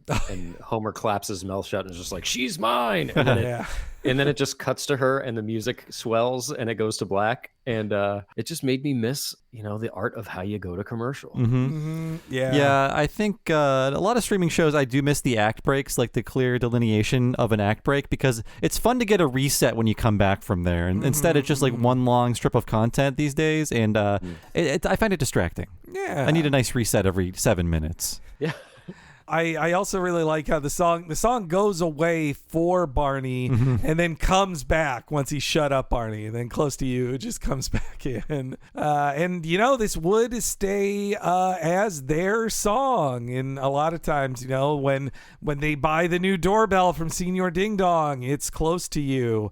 When they, in the Simpsons movie, Marge leaves Homer, and it then cuts to their wedding, and Close to You is playing, and Close to You is playing over the fake to be continued in the middle of the movie. Like, I always like when they bring that back and keep that in there, you know. And the Carpenters estate has made a lot of money off of that choice since then. Yeah, really. But then whenever I hear the song, I just think like, oh, it's the Homer and Marge song. Me too. Like, But yeah, as they cut back to the kids, they realize it's a jailhouse romance, man. But Homer then takes over the story, which that's when it hits me like, oh yeah, the next flashback episode, when Homer does tell the story that embarrassed Marge, that's how the kids are able to hear the story of his proposal to her after getting her pregnant, because Marge isn't there to say, please don't tell that story. It's just Homer telling the whole story. I think she's leaving to see if she's pregnant in that episode. Yeah. Oh man, that's so funny. The attention to detail. Like I never would think that you'd even have to do that, but it's like a nice little Easter egg. It fits that Homer would tell a story like, I don't care if you kids know, this is how I conceived you. Me and your mom had sex. All right. We got drunk on a golf course and had sex. And then we do see the depressing home life of Homer and his father. And now, like, they didn't know this at the time, but now that we know, like, oh yeah, his wife left him. Yes, yeah. Definitely the unspoken thing here is, like, nobody says your mother, like, there's no references to Homer's mother. But I feel like in the design, it is to look like a home that does not have a mother in it. Yeah, like the grease dripping from the walls. Yes, yeah. Is a big indication of that. I love the detail that, like, they are eating the chicken out of the bucket. They do not have a plate. When Abe puts his drumstick back, he just puts it back inside the bucket because he doesn't have a plate. Like, it's not a father and son. It's two bachelors living together is what it is. True. Man. So at this point in season 2, how much have we seen Homer's dad in the normal timeline? You know, he's appeared in a few episodes, like for Christmas, and his big episode, his big first episode is Old Money. That's when he gets the elderly girlfriend. That's the first big one with him as like the main character. Oh, okay. And since this is the first flashback, we've only seen Abe as the doddering old man. We haven't seen him as just this like angry asshole who's just like yelling at his kid. Oh, I got the whole clip here. I just love how mean but also loving in a weird way Abe is to Homer here. Yes. What's the matter, boy? Nothing. You haven't said poo all night, and usually I have to wrestle a bucket out of your greasy mitts. Dad, I'm in love. Uh-oh. Why don't you grab yourself a bear, boy? But, Dad, I don't drink. Cut the crap. I just collect the cans, Daddy. Now grab yourself a bear and get me one, too. Now, this girlfriend of yours, is she a real looker? Uh-huh. Lot on the ball? Oh, yeah. Oh, son, don't overreach. Go for the dented card, the dead-end job, the less attractive girl. Oh, well, I blame myself. I should have had this talk a long time ago. Thanks, Pop. This is his version of the sex talk, I take it? The lower your standards talk? That's true. It's sad enough how he just yells at him of like, he's telling him you're not good enough to have a good-looking girlfriend who has a potential in her life. And the way he goes like, I should have taught you this sooner. And Homer thanks him for it. Like, that's the extra darkness of that joke. Yeah, they do it again with the guidance counselor, which I'm sure we'll get to. But man, it just makes you want better for Homer, huh? It just makes you want him to lock down Marge. We see the circumstances that formed him really in this episode. That Homer lives in this just shithole with his dad who just yells at him, and they're like, hey, here's dinner. I bought a bucket of fried chicken. Yeah. Well, and also this is the first appearance of Shakespeare's Fried Chicken, the recurring fried chicken restaurant that didn't appear all that much. No, but I think we heard the jingle before maybe, but we didn't see a bucket. That's true, yeah. But it didn't catch on like Krusty Burger. I think once they landed on Krusty Burger, it's like, oh yeah, Krusty can just show up here whenever he wants to, so it's like a great place to be. No need for other fast food places. Yeah, it's funny when I'm trying to think of other examples where there's been like the early attempts at finding like we need an in-world version of this brand. Mm-hmm. They'd go to the Singing Sirloin. We're going to go to that restaurant. They go there like twice and they're like, what more can we do with this singing restaurant? Let's just go to a place that's McDonald's and Krusty the Clown can show up there. Boom. That's it's a perfect setting for scenes, the Krusty Burger. Yeah. But yeah, also the bit of Homer, he's breaking the wishbone and he's holding both ends, but the middle just flies off. So Homer's he's a born loser, that guy. I didn't notice that. That's great. So yes, Homer is given no confidence by Abe. He then goes to his guidance counselor. He asks, as a little kid, because I knew the alphabet as a little kid, so I actually really love the joke of Homer counting off the letters of like, wait, where's that? The guidance counselor, I also really like the little specific of Homer going like this with his hair, just like pushing his hair out of his eyes as he's talking. It's extra bushy in this scene, just to give him some nervous acting. I love the line, Simpson, you should have come to see me a long time ago. Yes, yeah, he's got a pretty thick guy. That's the guidance counselor's fault, really. And Homer interprets guidance as dating advice in this case. Yeah. I would think now guidance counselors would be like, it is illegal for me to tell you how to date a fellow teen. I cannot tell you. You're on your own, kid. And what is his advice? He's like, well, find common interests and spend. Mm-hmm. Yeah. It's so insane. It's one that he knows Marge is like famous as like, oh, she's a really good student. She's on the forensic team and is really good at it. There was debate club in my school. I never heard of a forensics team. It's just another word for debate. Okay. Oh, really? Yeah. Okay. I thought that was weird too. Also, when he asks Homer what he's going to do, it's one of my favorite like Dan deliveries and posing like, I'm going to drink a lot of beer and stay out all night.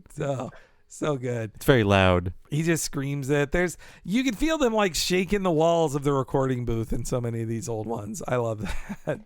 Burns looks exactly the same when he's given that brochure for the nuclear power plant. Not wearing his toupee. Yeah. That we saw once. They have a lot of jokes back then.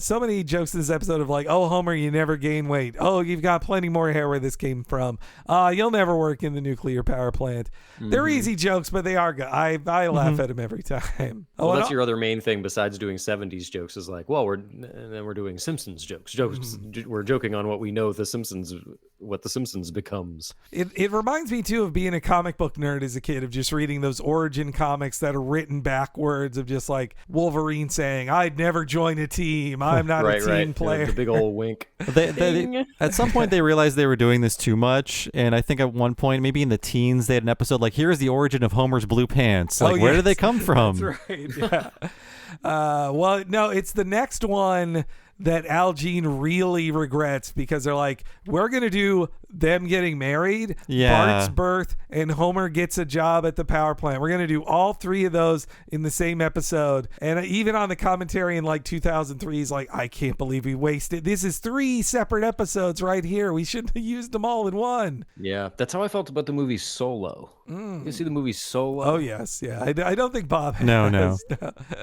But like, it was like, hey, Han Solo? He's this guy who we're suggesting a whole world, a whole life of adventures, and it's like, no, that happened in a long weekend in one movie. It's like, Met well, Chewie, he got the Falcon, he met Lando, he had an adventure, and got his last name. Got his last name, handed his famous gun, all these things. And then the announcement. Just strip him of all mystique. Yes. And then the announcement, there will be no more Star Wars spin-off movies. Yes, this is the last one. Now, a Star Wars story. Well, those are TV shows now, right? They are. Yep. Yeah. No, I think people are 10 times more excited to watch the Obi-Wan TV show than if they had announced an Obi-Wan movie, even though they're the same. Like, it's probably the same amount of work and budget and everything, but for some reason, it feels different to have a TV. I mean, I'd rather they do an episodic TV show than just try to cram in all that stuff like they did in Solo. Like, Solo's also like 30 minutes too long, too.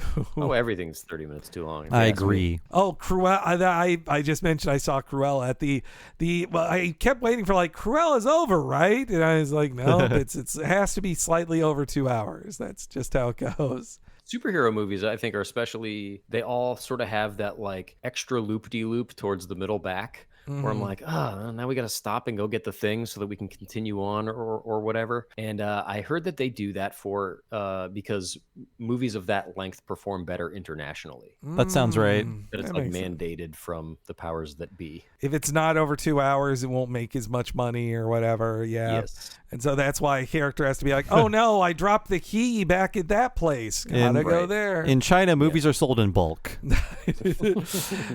But yes, we see Homer join the forensics team, which is when we get the first appearance.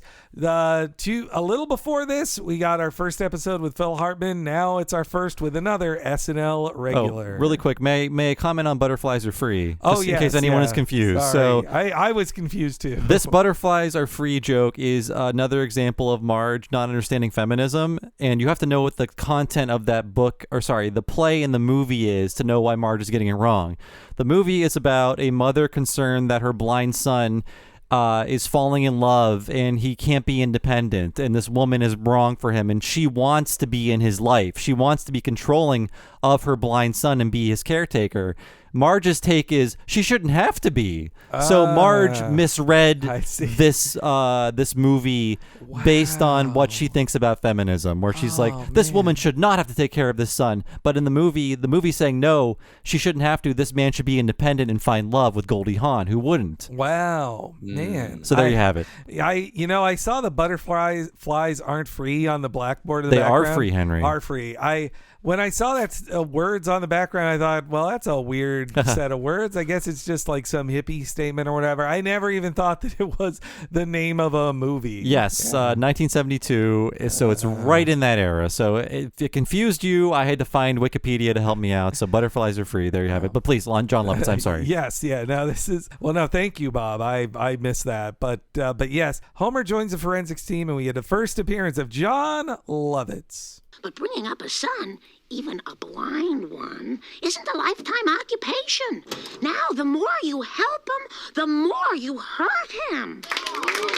Woe unto Shelbyville, should they underestimate our strength in dramatic interpretation. Well, thank you, Artie.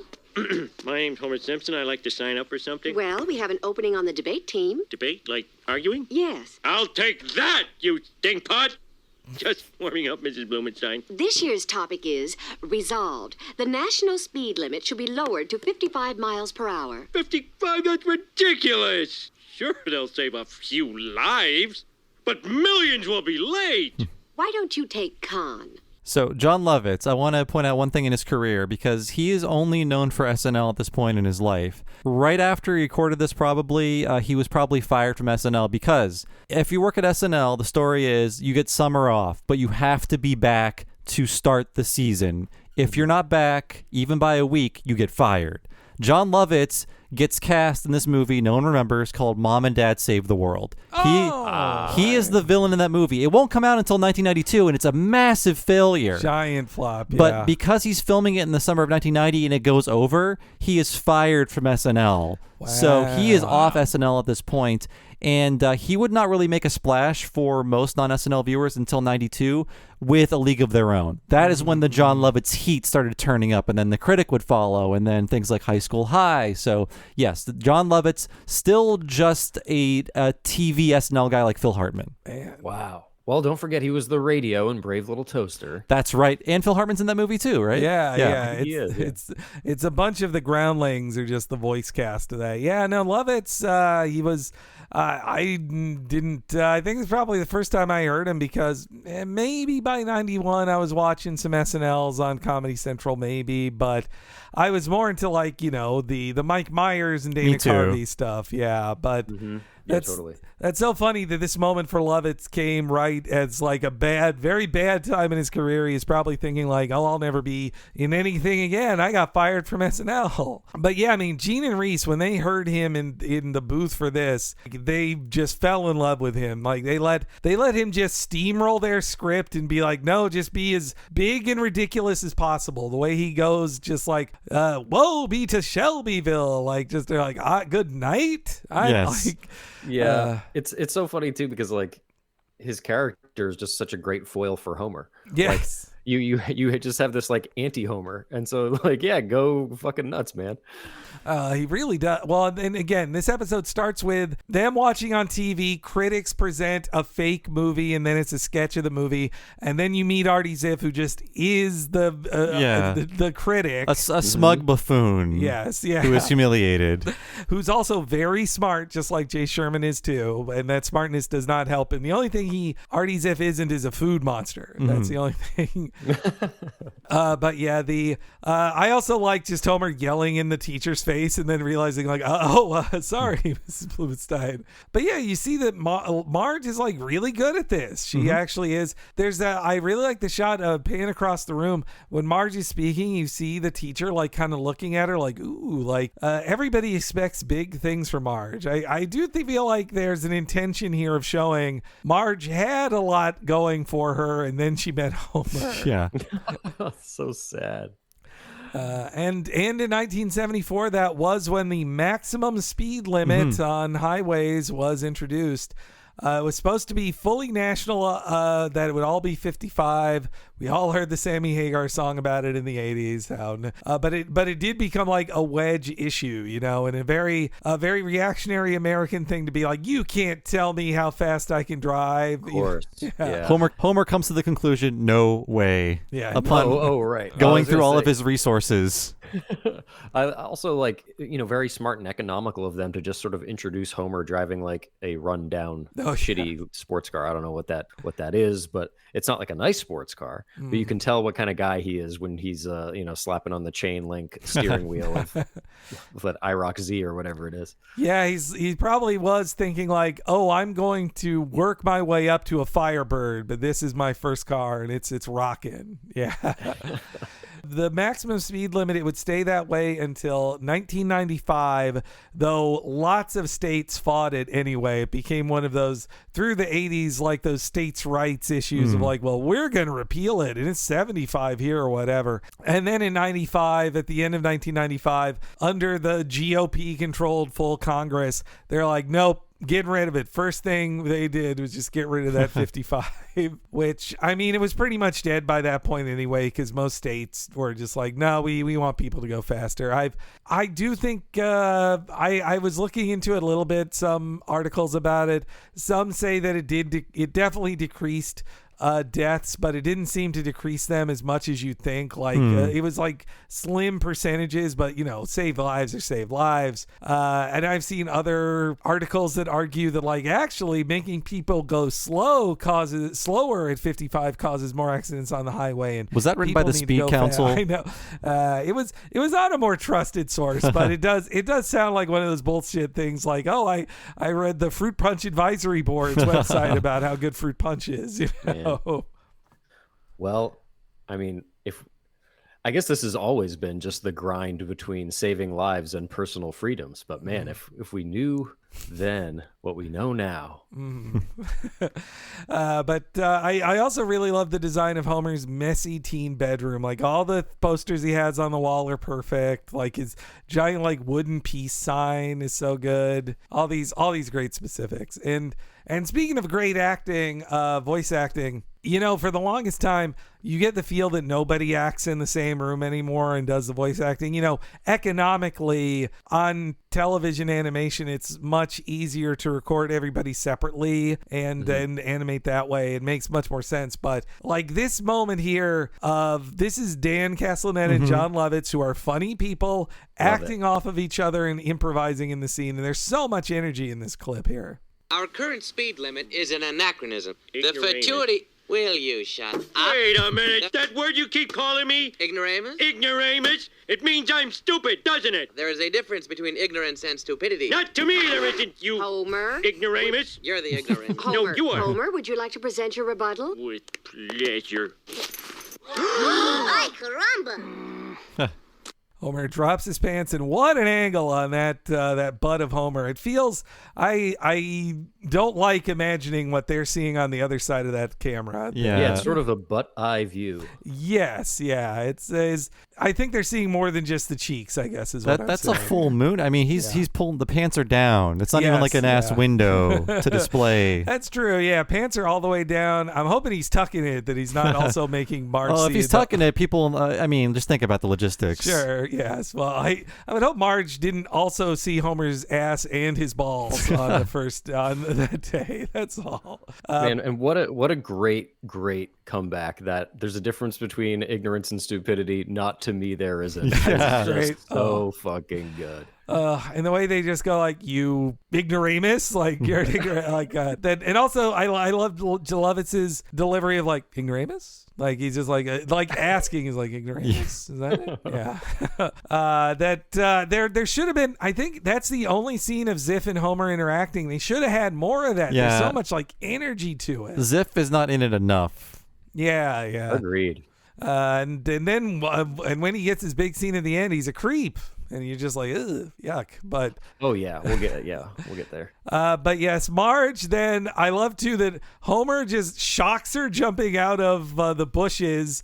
And he's like, "You may not remember me." She's like, "I saw your ass. Like I know who you are." He mooned for rebuttal. Moon for rebuttal is a very funny line too. I like that. I mean, Homer then gives a suggestion of like, well, just ask around, you know? And I like the framing of the three guys in a row, that his gym coach is like, if he worked really, really hard, he could get one more foot on his junior varsity shot put. Yes. And then we get this the shop teacher with the missing finger made a lamp last year. See, I'm always so distracted by Lovitz's voice there. It's really Lovitz. I almost never notice he has a missing like ring finger, like, or that it's a partially gone finger. It's just so distracting. Lovitz doing like such a weird voice too. This thing that Barney says is so weirdly poetic. It's like, did Homer put these words in his brain?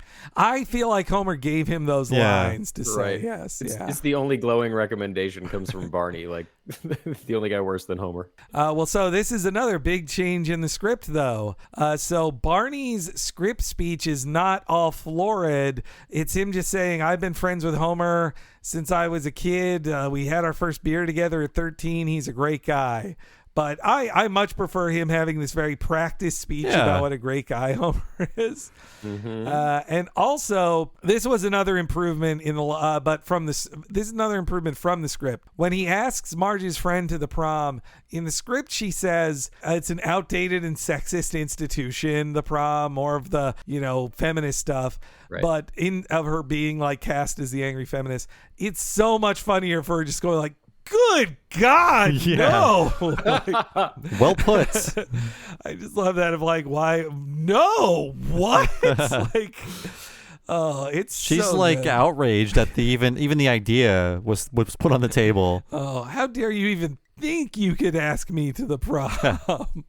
Poor Barney. I love that. Yeah, poor Barney. And then Homer learns the magic trick to getting a date with Marge: lying. He needed to lie. But yes, he asked Marge for some French lessons in this next clip, which also has some really great like just listen to the interplay between Dan and Julie here. This is, again, just very natural, like, voice acting here. He's all thanks to all men, and maybe to one lucky gal. Wanna go to the prom with me? Good God, no. Well put. Well, what's the good word? I'm sorry. What? Well, you seem like a nice enough guy, but I really don't have the time. What? And the City Forensics Championship is coming up. Yes, so? Oh, and I tutor part-time. You tutor? Yes. And anyone can be tutored? Just those who need help with French. French? What a coincidence. Just the subject I'm having trouble with. Why, you cagey old dog. Great story. Positively spellbinding.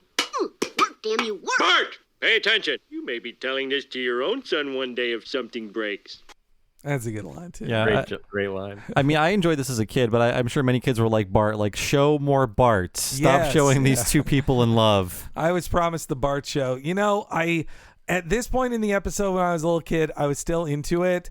But by the end of the episode, I think I probably did have Bart's reaction. But I think this was really like them nervous. They're like, we know where the Bart showed all these kid viewers.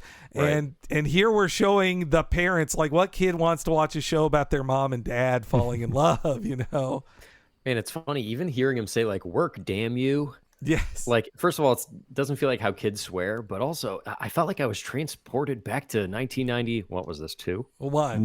Yeah, one. One where it's just like I had a 1991 reaction to it. Like, you hear, characters on shows swear all the time, and it's nothing because they feel like modern shows. But when it's on this show, and you know that Bart is like the kid who says "damn you," I was sort of like, ooh, that was a little edgy. We talked to one of the writers from this era, and he said that they loved making Bart swear at first because, it's funny, a little kid swearing. But then they found out, they're friends with children. Like, hey, our kids imitate Bart, and they're swearing all the time. So after a few years, Bart stopped swearing.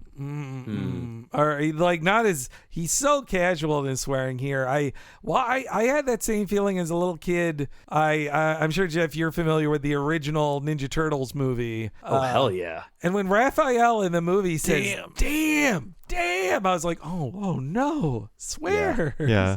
Is my mom signing off on this? Is mom okay with this? Am I gonna get in trouble because Raph sweared? Yeah, I love how they cut to the city too. Like, it's just echoing throughout the entire borough. Damn.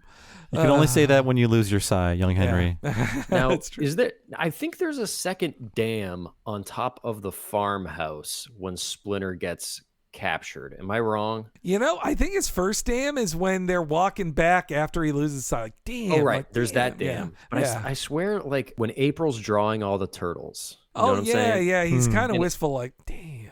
And it's like, but there's a shot of one of the turtles on the top of the barn, and what I pieced together from the commentary is that is actually Michelangelo, not Raph. And it's dark because Michelangelo is the one character that April doesn't draw. And they don't really get into him. And I guess originally in the script that Michelangelo was dealing with Splinter's disappearance the worst, and that when he comes in and he interrupts Casey and April and he's like looking for the turtle wax. The reason that they have like this really relieved, weird reaction is because they were like really worried about Michelangelo. Oh, I can see why they'd cut that of like, oh, we can't have kids see this angry, like, fun party dude. Michelangelo is going to be the most angry. Yeah. I kind of would have liked that. But I mean, it's smart of them to be like, okay, nobody knows what a fucking Ninja Turtle is. Let's just focus on the moody one being the moody one and get on with it. That's a problem with all those TMNT movies, though. They always make Raph the main guy. It's like, it's not equal time for all the turtles. They're like, well, who's the most interesting turtle? Well, it's Raph because he's like angry. Raph underappreciated in the video games, but I like how he got time in the movies because I was a Raph stan growing up. Oh, I see. Yeah. I always liked Michelangelo in theory, like especially as a kid. I was like, yeah, he's the funny one. And then like, he just gets irritating. I would love it if somebody would give Michelangelo a little bit of an angle of something. Like they're just so archetypal and so stay in their lane that I'm like, hey, if I was going to do a new Turtles thing, I would shake it up a little bit. I was the boring older brother who loved Leonardo. Like, he had the swords. Like, I know. But yeah, getting back to Simpsons though. I like that trivia. I didn't know this. Yeah, no, me neither. Whenever Bart would say damn, I would feel like, oh, I certainly could never say that. Like, I don't think I got comfortable swearing in front of my parents until like my 20es. And even then. I still don't. I mean, like, I sort of do, but like, I tend not to. I wouldn't like say in front of my mom, man, this fucking guy at work. I would say that, but I think I might go like, damn, that's a good sandwich or whatever. Yeah, sure. I'd say that. Damn, you can get away with. Yeah. But yes, Bart is getting sick of the story, but they go back to it. It's date night. Homer has a hot comb in his hair, which, again, a very real thing. Are they implying the hot comb hastened his hair falling out, do you think? I think the hair was just falling out. I see. Yeah. Ronco had nothing to do with it. I still, in the mornings, when I go in the mirror, I go like, there's plenty more where that came from. I just tell myself over and over again, plenty more where that came from. That zit is so gross. It's made me grossed out since childhood. I hate seeing that. He's got some good cover up on that thing, though. It's quality cover up, yeah. What man owns concealer like that back then? That's a lucky man. A lucky.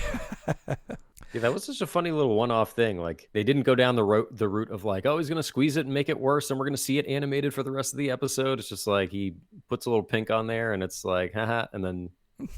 Yeah, it's just he had his it and he dealt with it. The end. Yeah.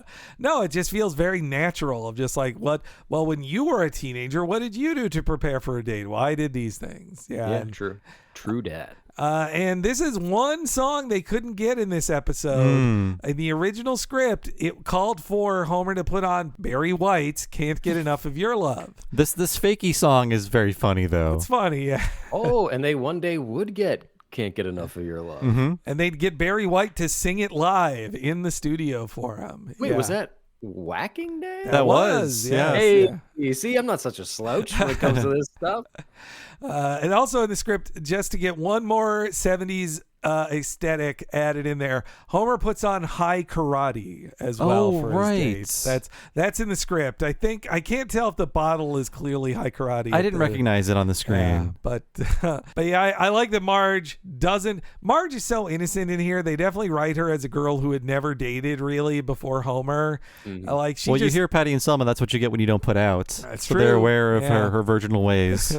Well, and here Marge is just like, oh, why is there makeup music on? Turn it off. We got to study. And he's like, oh, sure. It's like, okay.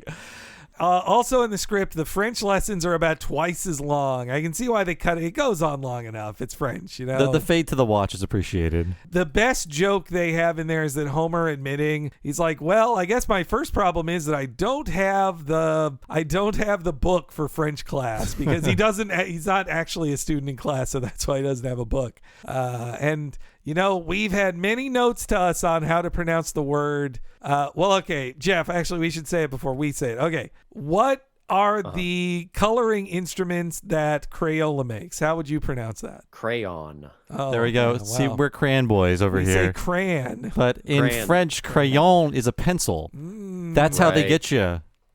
Man, that's a trick. I think it was Calvin and Hobbes refers to them as crayons. I see. I never. It was just said in my area growing up. Like I just said crayon instead of crayon. Instead like you see it written out as crayon, but it over time you just say it so fast. That's a lot of work. Becomes crayon. Yeah. But yes, Homer and Marge, he tries to make the moves on her and make it a date, but I think it's really sweet that once she strips that away and it's just them hanging out, they just start to like each other. Like they are naturally interested in each other, and Homer appreciates Marge for more than just her looks. Like he's like, oh, you're really smart and helpful to me. Yep. It's sweet. And she does in a small way make him a better man. Yes, yeah. You do see that, like, oh, she is a positive influence on him. This is like one of the last times Homer listens to her and does it. Well, also, like, there's another great posing when she's like, well, I got to go. Homer runs all the way around the coffee table to stop her. It's another just, like, great, like, composition. And more natural voice acting, too. Yeah. And they dance to Do the Hustle, another just, like, needle drop from the 70s. On the commentary, Mike Reese is a little defensive about like, look, I know we do a lot of 70s specifics and that's the joke, and everybody knows there's the TV show That 70s Show, so this seems pretty played out. But Mike Reese goes like, I promise you this was novel to do in 1991. It was not tired. Well, then Homer and Marge connect so much that he asks her out to the prom. You know, Homer, you're like no one I've ever met before. You're dear and honest and open without a trace of pretension. I'll take that as a compliment. So will you go out with me? Please say we. We? Whoa, Marge! This will be the greatest night of your life. I've been saving up for a new engine for my car, but I'm going to spend it all on us. I'm renting the biggest limo. I'm going to buy you the biggest corsage. My tux is going to have the widest lapels, the most ruffles, and the highest platform shoes you ever saw. Maybe I'll wear my hair up. Wait, Marge. If honest and open is what you like, get a load of this. I'm not really in any French class. This was just a brilliant scheme to get to know you better. Ow. You knew the City Forensics finals are tomorrow, and you kept me here until 1 a.m. pretending to be stupid. Homer J. Simpson, I hate you.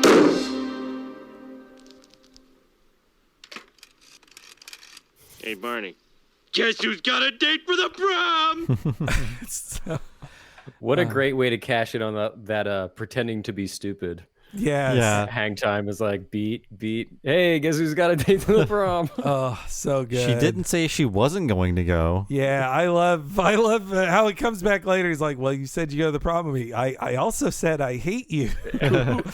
Oh, God, just I remember my mom laughing so hard when Homer says, guess who's got a date to the prom? Like, she loved that line. I like how Homer, so I think a more predictable plot in a sitcom would be Homer lies to Marge, she agrees to it, and then like at the prom, she learns Homer doesn't really have a French class and he lied to her, and that caused a problem. Here, the problem is that Homer does the better thing, like the more moral thing of saying like, you know what, I'll just tell you now, I was lying. I just wanted to get to know you better. And that then they have a whole other thing to deal with in the third act. Like I like that's a more not unconventional story beat. I like resolving the lie immediately. Yes, yeah. It's refreshing when things go that way. Mm-hmm. Also, I do kind of think that joke of guess who's got a date to the prom, it kind of works as an act ender better than if like you couldn't, I don't know, I guess you could get away with a joke like that or sort of modulate it to make it work if it was just in the middle of a flow of a bunch of scenes. But it feels like you're sort of over promising like Homer's confusion, where that's not really the point. Like it does come up again, but it does kind of feel like, okay, that was like a big kicker ender, and so that we can come back and it doesn't feel too disruptive because it makes him very, very dumb. In the script, Act 2 actually ends with the cut back to the family that starts the next scene, and I think they made the really smart choice of like, no, you end on Homer saying excitedly, guess who's got a date to the prom. It's a big laugh. And also I really love the delivery of like pretending to be stupid, like the that's how mad Marge is that her voice goes that high. Though also I don't want to be armchair psychologist to Marge, but when she decides she's like fallen in love, then she's gonna put her hair up just like her mom does. What's this mean? Think about that. Yeah. It then cuts to the opening scene of Bart and Lisa. I think they also are the imagined kid viewer there who are just critiquing the show like, there's no tension here. We know they end up together. They're a married couple on the show. But yes, they then cut to Marge failing at her forensics debate.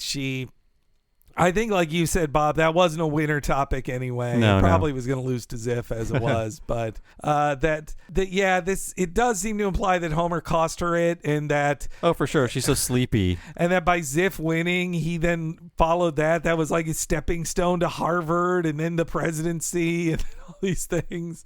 And Marge was robbed of it because some dumb idiot wasted her whole night. I love how like tired and resigned she is too. Like when it all just peters out and they're like, "Oh, terrible," huh? And she's like, and just kind of like shuffles away. Yeah, she's like, yeah, that's so good.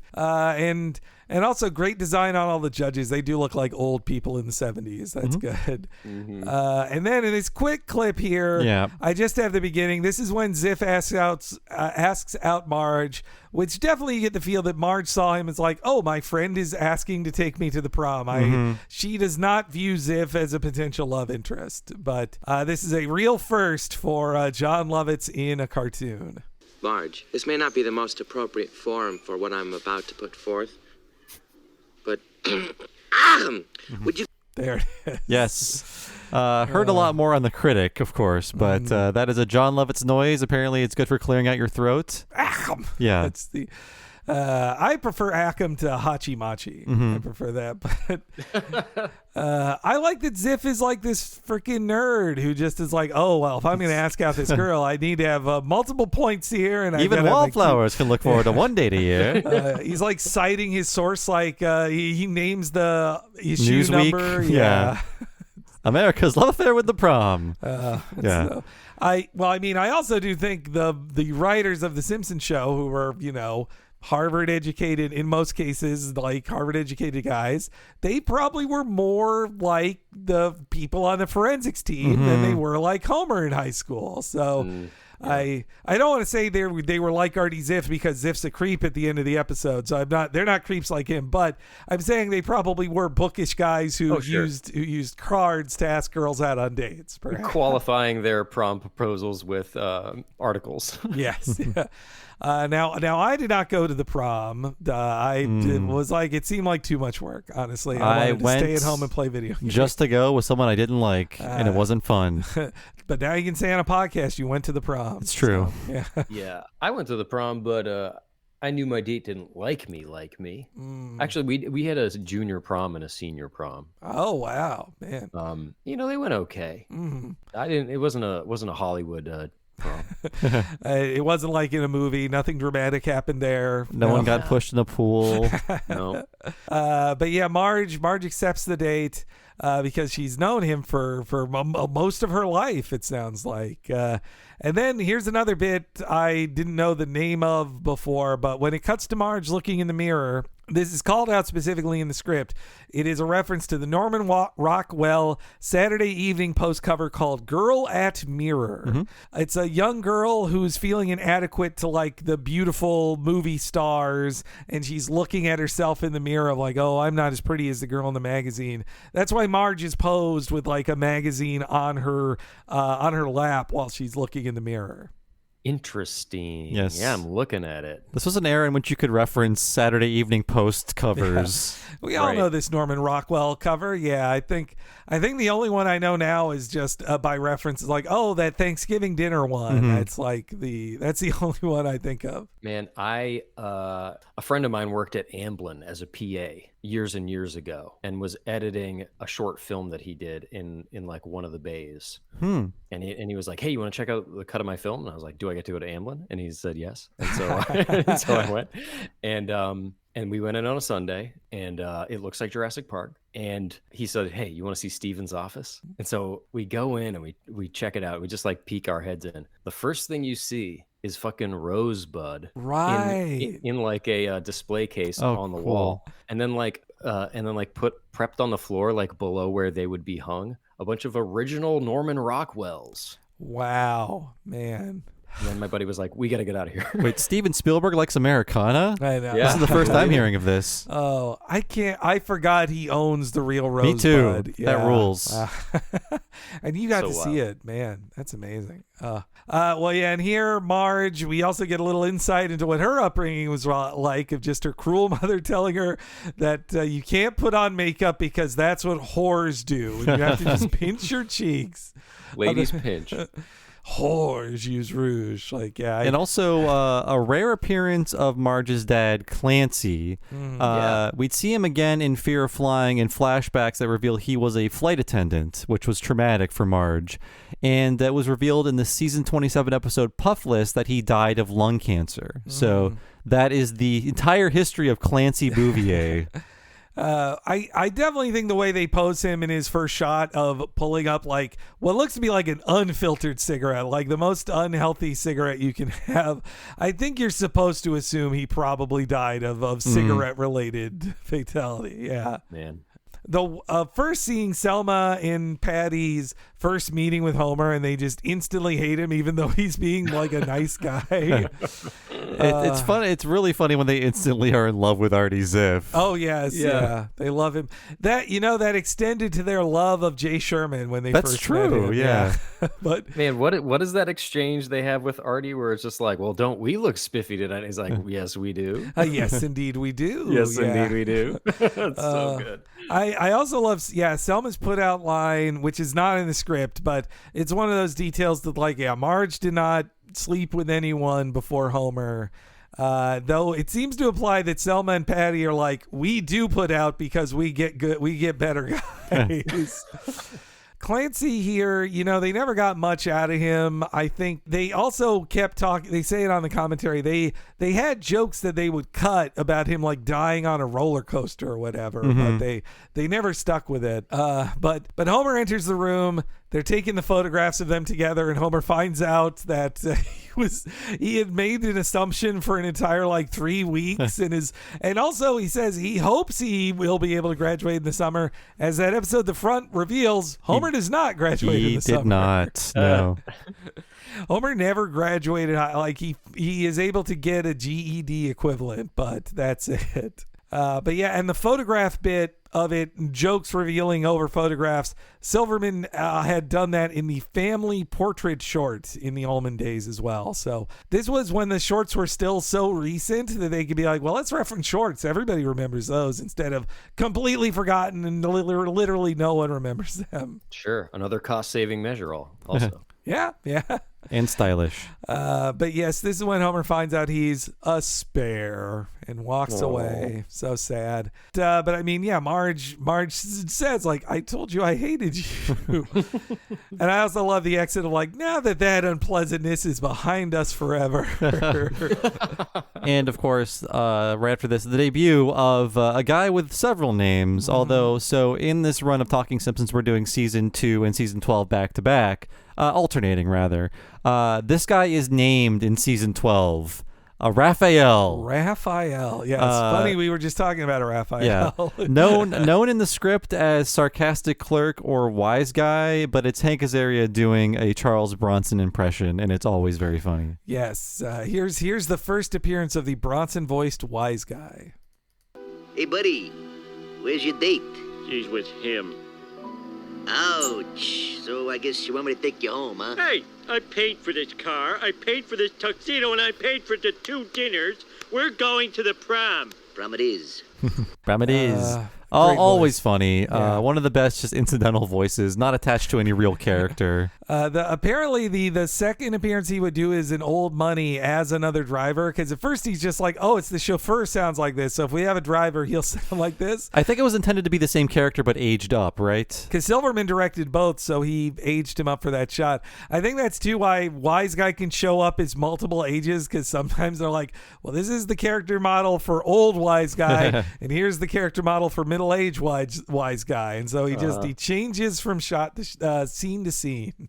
But yeah, that wise guy voice, is just everything he says is funny. I can see why they just counted on it of well, you know what? This clerk should just be the wise guy. It's funny if they say that. This line would be funnier in that voice. Mm-hmm.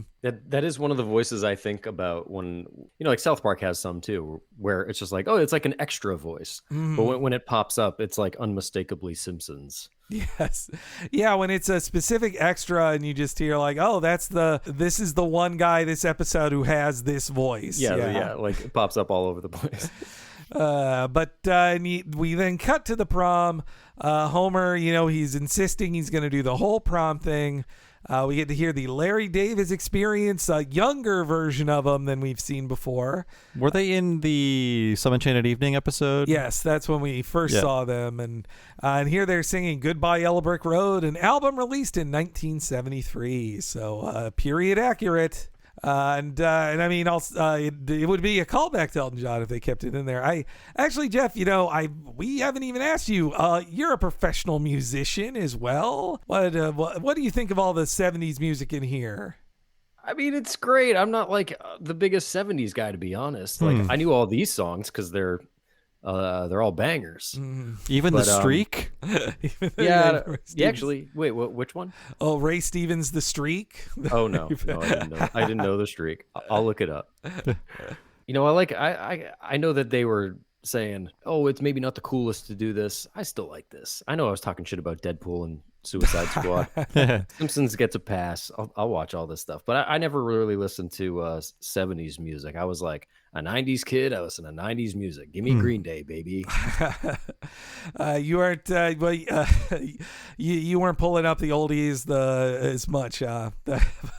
No, don't give me Fleetwood Mac or I don't know who else. Damn, early Aerosmith. They're missing Fleetwood Mac in this episode. True. That's a major 70s one. And, I mean, they only have so much money. They can't let's play just ABBA here. I remember hearing on a Community commentary where Dan Harmon, the creator, decided for one episode they'd have like 7 ABBA songs. And once he finished that episode, he's like, oh, we can't have any more songs this season. That was done. Every song. That's the budget for that. Yeah. Well, I do want to talk about The Streak because it was hot off the presses. The Streak came out in February of 1974, so now they're like in May or June. And I was like, what was Streak? Like, streaking had a weird brief fad. It started in 1973. No one can pin where it began. It was on college campuses, but everyone was blaming Los Angeles. It's like this Los Angeles fad is corrupting our youths.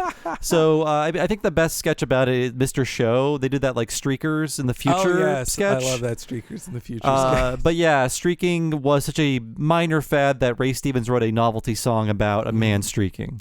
Which is a sex crime. Don't do it. Yes, don't show your genitals to every person you can. But man, I almost did in college. I'm glad I didn't. It was a more innocent time. Yeah. It's now that we know better. But yeah, back then, I recall in Michael Showalter's book, he has a bit about like why streaking is funny. But one of the bits is that you have to be like kind of out of shape, and it's about having an unimpressive body and just seeing a penis flapping around. Yeah. Unspectacularly. It's got to be a little cold out. Yes, yeah. But I mean, Barney is just the right body type to streak. That's, but I mean, too, it's a reference to the '74 Oscar streaker as well. Oh, really? Okay. Well, this one I know especially but that was like the peak of streaking. Like if on the 1974 Oscars that David Niven hosted, a streaker just runs by on live TV, but the camera makes sure it's all above the waist, nothing aired on TV. And then David Niven says, I'm shocked someone would show the world his shortcomings, basically. Hey, he had that in his pocket. And it feels like he had something ready there, right? And so in the original script, Artie Ziff just says that line. He's like, to quote David Niven. So it was very specific. In the script, they make it more specific about the Oscar streaker. But streaking was all the rage in the 70s. I feel like I associate it with like old soccer games or something. Like, oh, yeah. I feel like at vintage sporting events, you'd see people streaking. Yeah, I associate it with European things. Yeah, exactly. They tend to have the drunkest fans. Yes. Oh, yeah. True. And also, less inhibited about their bodies too, unlike a shame-filled American. How European.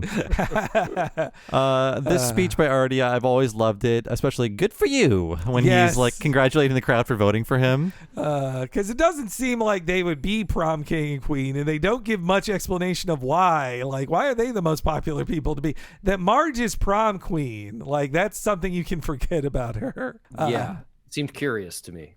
But it makes a better story for Homer and Marge in this very moment. So it let's makes do it. things sadder for Homer because the angle of this is Homer is so sad you have to feel so bad that you marry him eventually. Yes, you poor man. It's so. I think it's very sweet that Homer's on the outside, like yelling at, like he's not even depressed. Then he's like, "Oh, hail Queen Marge!" Like he's trying to get her attention and be positive.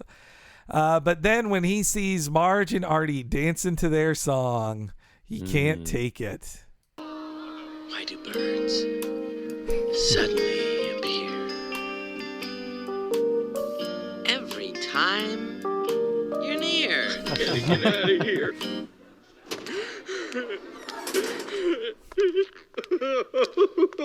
Homer? What? Why are you doing this? Why can't you accept that I'm here with someone else? Because I'm sure we were meant to be together. Usually when I have a thought, there's a lot of other thoughts in there. Something says yes, something says no. But this time, there's only yes. How could the only thing I've ever been sure about in my life be wrong? I don't know. But it is. Well, where to now, Romeo? Inspiration Point. Ooh, okay, but I'm only paid to drive. Hey. I feel bad for the Carpenters because whenever I hear that song, I do think of John Lovett's. Him every time you're near. Yes. Just his fun spoken word version of it. Man, The Simpsons is so good at being heart-wrenching in those brief moments. You put your guard down and for an entire episode, and then they fucking get you. Like Homer is so raw and real with her, and the music even seems to cue like, oh, she's gonna say, you know what, Homer, I was wrong, and says like, well, it is, and walks away, just like, nope, you're wrong. Oh God, and yeah, I mean, Dan and Julie just so good and real there together, and yeah, that moment is where Gene and Reese realize like, oh, John Lovett sings a bunch. We can do a whole lot with that. Just have him sing everything we're into. What if we wrote a whole show where John Lovett sings and coughs up things? Like, let's do that. It'll be a hit. But yes, Homer is given up. They head up to Inspiration Point, which is apparently designed to look like the famous scenic overlook in the Mulholland Drive area of Los Angeles. You recognize it, Jeff? I sure do. The view shelf. You taking stuff up, folks, up to Inspiration Point? I wish, man. It's got to be crowded. Yeah, it's perfect. It looks great. I used to work on Gene Simmons' reality show on A&E. Wow. And I would have to drive on Mulholland to get to his house. Was that the Family Jewels? Was that what it was called? It sure was. Wow. Okay. You put in your time, Jeff. Yeah. You've earned it, Jeff. That was my first job in LA, if it dates me. Yeah, Homer just giving up, and also, why does he care about going to Inspiration Point? Like, instead of going home, that I guess he's sticking to his plan, and his plan was to end with taking Marge to Inspiration Point as well. He paid for all this time, even if there's no makeout partner. And so yes, then we get an uncomfortable scene of just Artie not taking no for an answer, and once Marge shoves him away and slaps him like that, he stops there. It's an uncomfortable scene. I wasn't going to play the clip of it, but I mean, they don't play it for laughs either. Yeah. Right. But it is funny how he tries to be diplomatic about it. He tries to like talk his way out of it. It's like, it would damage the town to hear it. Yes, it is, I hate to say it, about a scene about a creep saying, could you not tell people that I'm an awful person? I was like, but just his defense of it would damage the town to hear it. Yeah. He's a master of forensics. He is, right. Yeah. You thought I was going to say master debater, I like but I that didn't. she scoffs at that, and I like that, I think it's better for Marge's character that Homer doesn't intervene, and that Marge slaps him, and like Artie snaps the strap of her dress, and that's sort of like the tipping point where Marge takes control back, says, take me home. Yeah, way to go, Marge. There are so many, even in 91, there were so many like damsel in distress stories. This is just Marge standing up for herself of like, no, like, stop. Like, yeah. And then she kind of rescues Homer from walking home alone. Yeah. It's sweet how she just sees him there at the end. So this was the other giant change from the script. And in the commentary, Silverman mentions this too. Silverman in general mentions that he feared that he ruined the episode, or when it first came back, he thought, oh, this looks like crap. I did a terrible job, which is crazy that he would think that. But one of the things that got changed big time was the end of this episode. Brooks, we've talked about this a lot actually in the last couple episodes. James L. Brooks kind of sweetened up the ending here, just like he did at the end of Bart gets hit by a car or Dancing Homer. But I think it really works here. Yeah. It's a way to just get out of the story as soon as possible, as soon as the story is done being told, as soon as the flashback is over, because we get Bart gagging, and then it's the end of the story. So in the original script, Marge goes home quietly. She gets out of her car and then just has a moment to herself and wordlessly just thinks, "Oh," and she goes to get Homer. Then she picks up Homer and just says to him, "Well, I guess you were right after all." And Homer says, "So this is what it feels like to be right."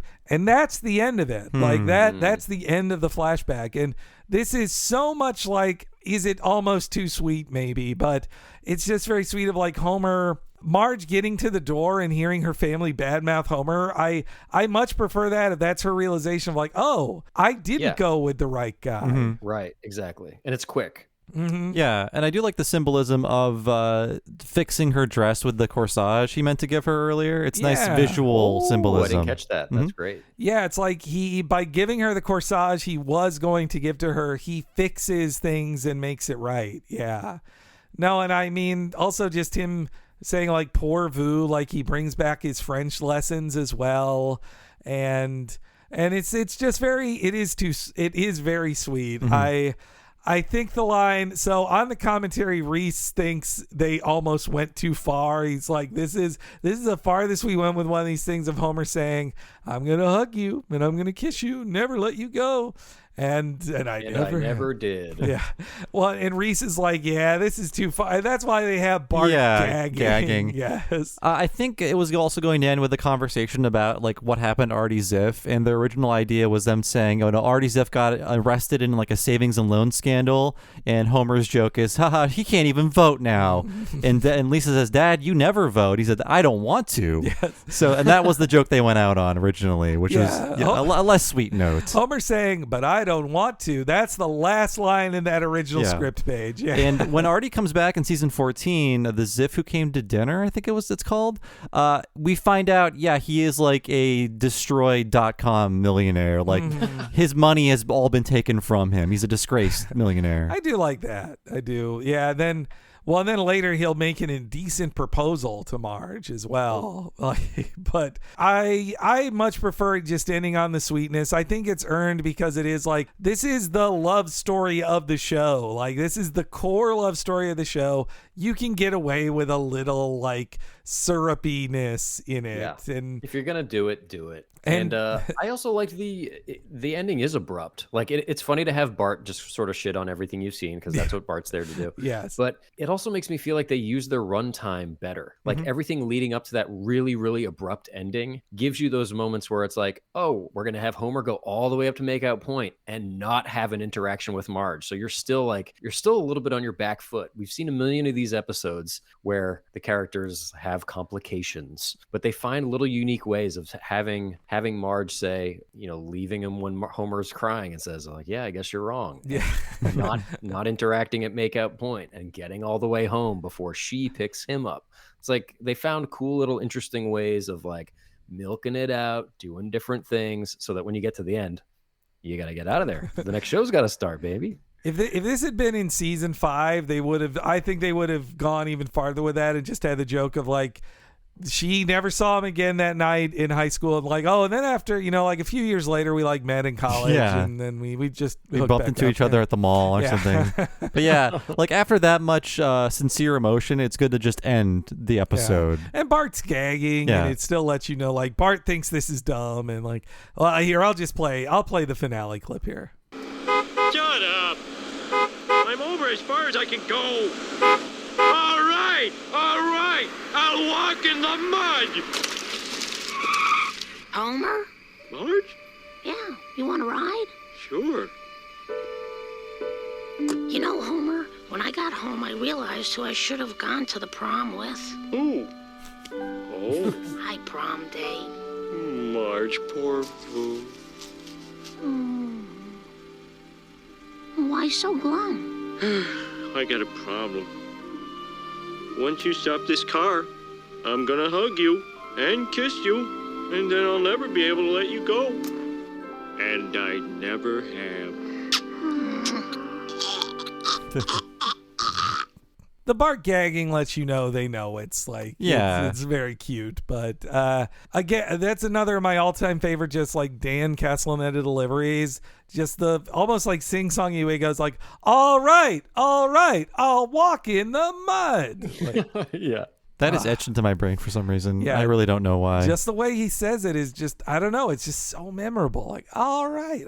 Yeah. And again, not in the original script. I wonder how much was retakes there, because definitely Marge's exchange with Homer, no lip sync in that. Like, it's all off. But it's a very sweet ending. And I also, I like the scope of it too. It's just really about like 3 weeks in their lives, and only one thing happened. It's when Homer and Marge went to the prom. Yeah, there's better flashback episodes. Like I love the B Sharps one. I love Lisa's first word. Yeah, but this one is extra sweet. Yeah, it established the format, and it explained enough to give you, more questions afterwards. Like, where did this come from? Where did that come from? They had a lot of ground to cover after this. So they said this could be a kind of episode, and it really worked. Well, I hope we see more of Marge's dad. I mean, like, we can still use him, right? We got years left of The Simpsons. They can do another flashback to Marge's dad. More stories with him. There's probably like 5 comics about him that we just haven't read. Oh, for sure. Yeah. The Simpsons comics, they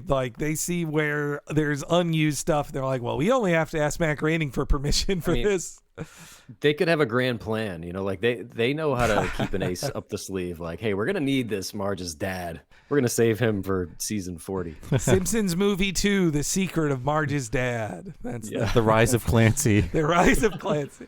Any other final thoughts for this one? Oh, I mean, I think it's just a really great foundational episode of the show. Like it's not as future ones would be a lot peppier with jokes and faster and all that, but that you do lose some emotion in that, and I think so. It's nice to get, and just how much space there is for like acting in this and just like naturalism. I really like a whole lot. It is a true classic. But yes, thank you so much to Jeff Dutton for being with us for 2.5 hours of your free time. Thank you so much for being on the show. Please talk about the Sloppy Boys, where we can find you and support you and listen to your stuff. Oh, awesome. Well, the Sloppy Boys is my band turned booze podcast. We've got our albums are up on Spotify. The podcast is everywhere you get podcasts, and we basically, it's myself and Tim Galpakis and Mike Hanford from the sketch group The Birthday Boys, and we make a cocktail every week, and we talk about its origins, and we make it live, and we drink it live, and we crack wise. You can find me on Twitter and all sorts of social media at Jefferson Dutton, and you can follow at the Sloppy Boys. No, I was a fan of your guys' music. So I was so sad I hadn't gotten to see you guys live yet, but soon I hope to. It'll happen. We want to. Recently, at the time of this recording, your Hawaii trip episode was a whole lot of fun. Like just the story. I really loved your story about surfing. That was a very funny story. Can we tell them I puked? I puked on a surfboard. I got seasick. Wow. It's you're having too much fun in Hawaii. It happens to the best of us. Yeah, and I'd been surfing before, so I don't want to seem like too much of a noob. But yeah, it was a bad time.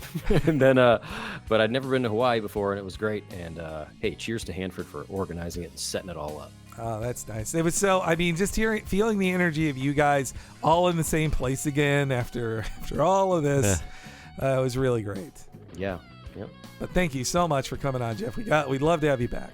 Oh, for sure. Thanks, guys. So thanks again so much to Jeff Dutton for being on the show. Please check out the Sloppy Boys, both the music and the podcast. But as for us, if you want to check out more of what we do and get all these episodes 1 week ahead of time and ad-free, please go to patreon.com/TalkingSimpsons. Sign up for $5 a month to get just that, but also access to everything behind the $5 paywall. That includes 100-plus podcasts we've been making for the past 4+ years, which includes all of our limited miniseries. The most recent one was Talking of the Hill Season 2, Part 1. That was 11 new episodes of our King of the Hill retrospective podcast, and there's another miniseries coming up in the fall of 2021 for patrons only. So you want to be on that Patreon at patreon.com/TalkingSimpsons, and there is a $10 level as well. When you sign up for that, you get all of the $5 stuff, plus also access to one mega-long podcast once a month, only for patrons of that level or higher. And what is that, Henry?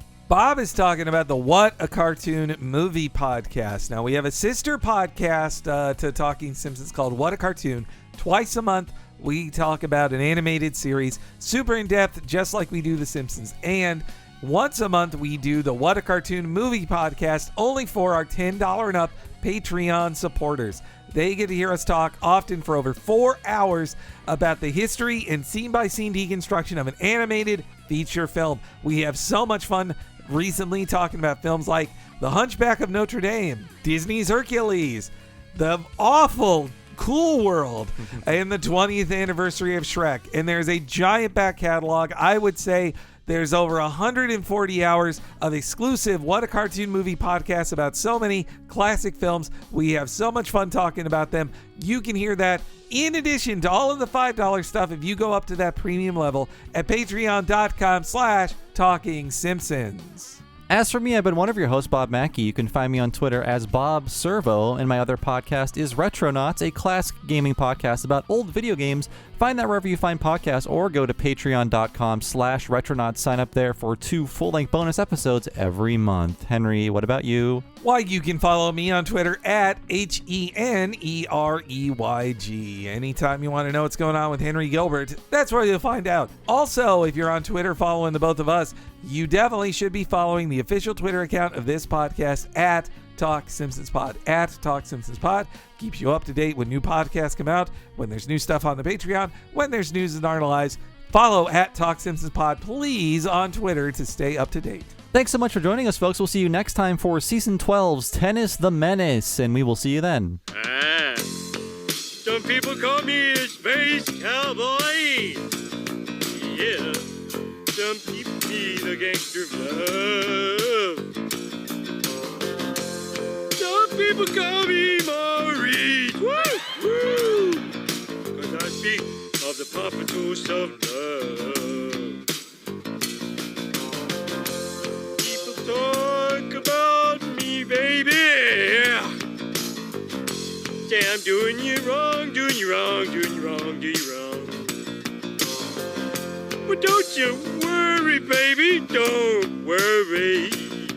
'Cause I'm right here, right here, right here, right here, right here. Good Lord. Simpson, you should have come to see me a long time ago. Yeah, maybe, but I just met this girl, Marge Bouvier, and I want to force her to like me.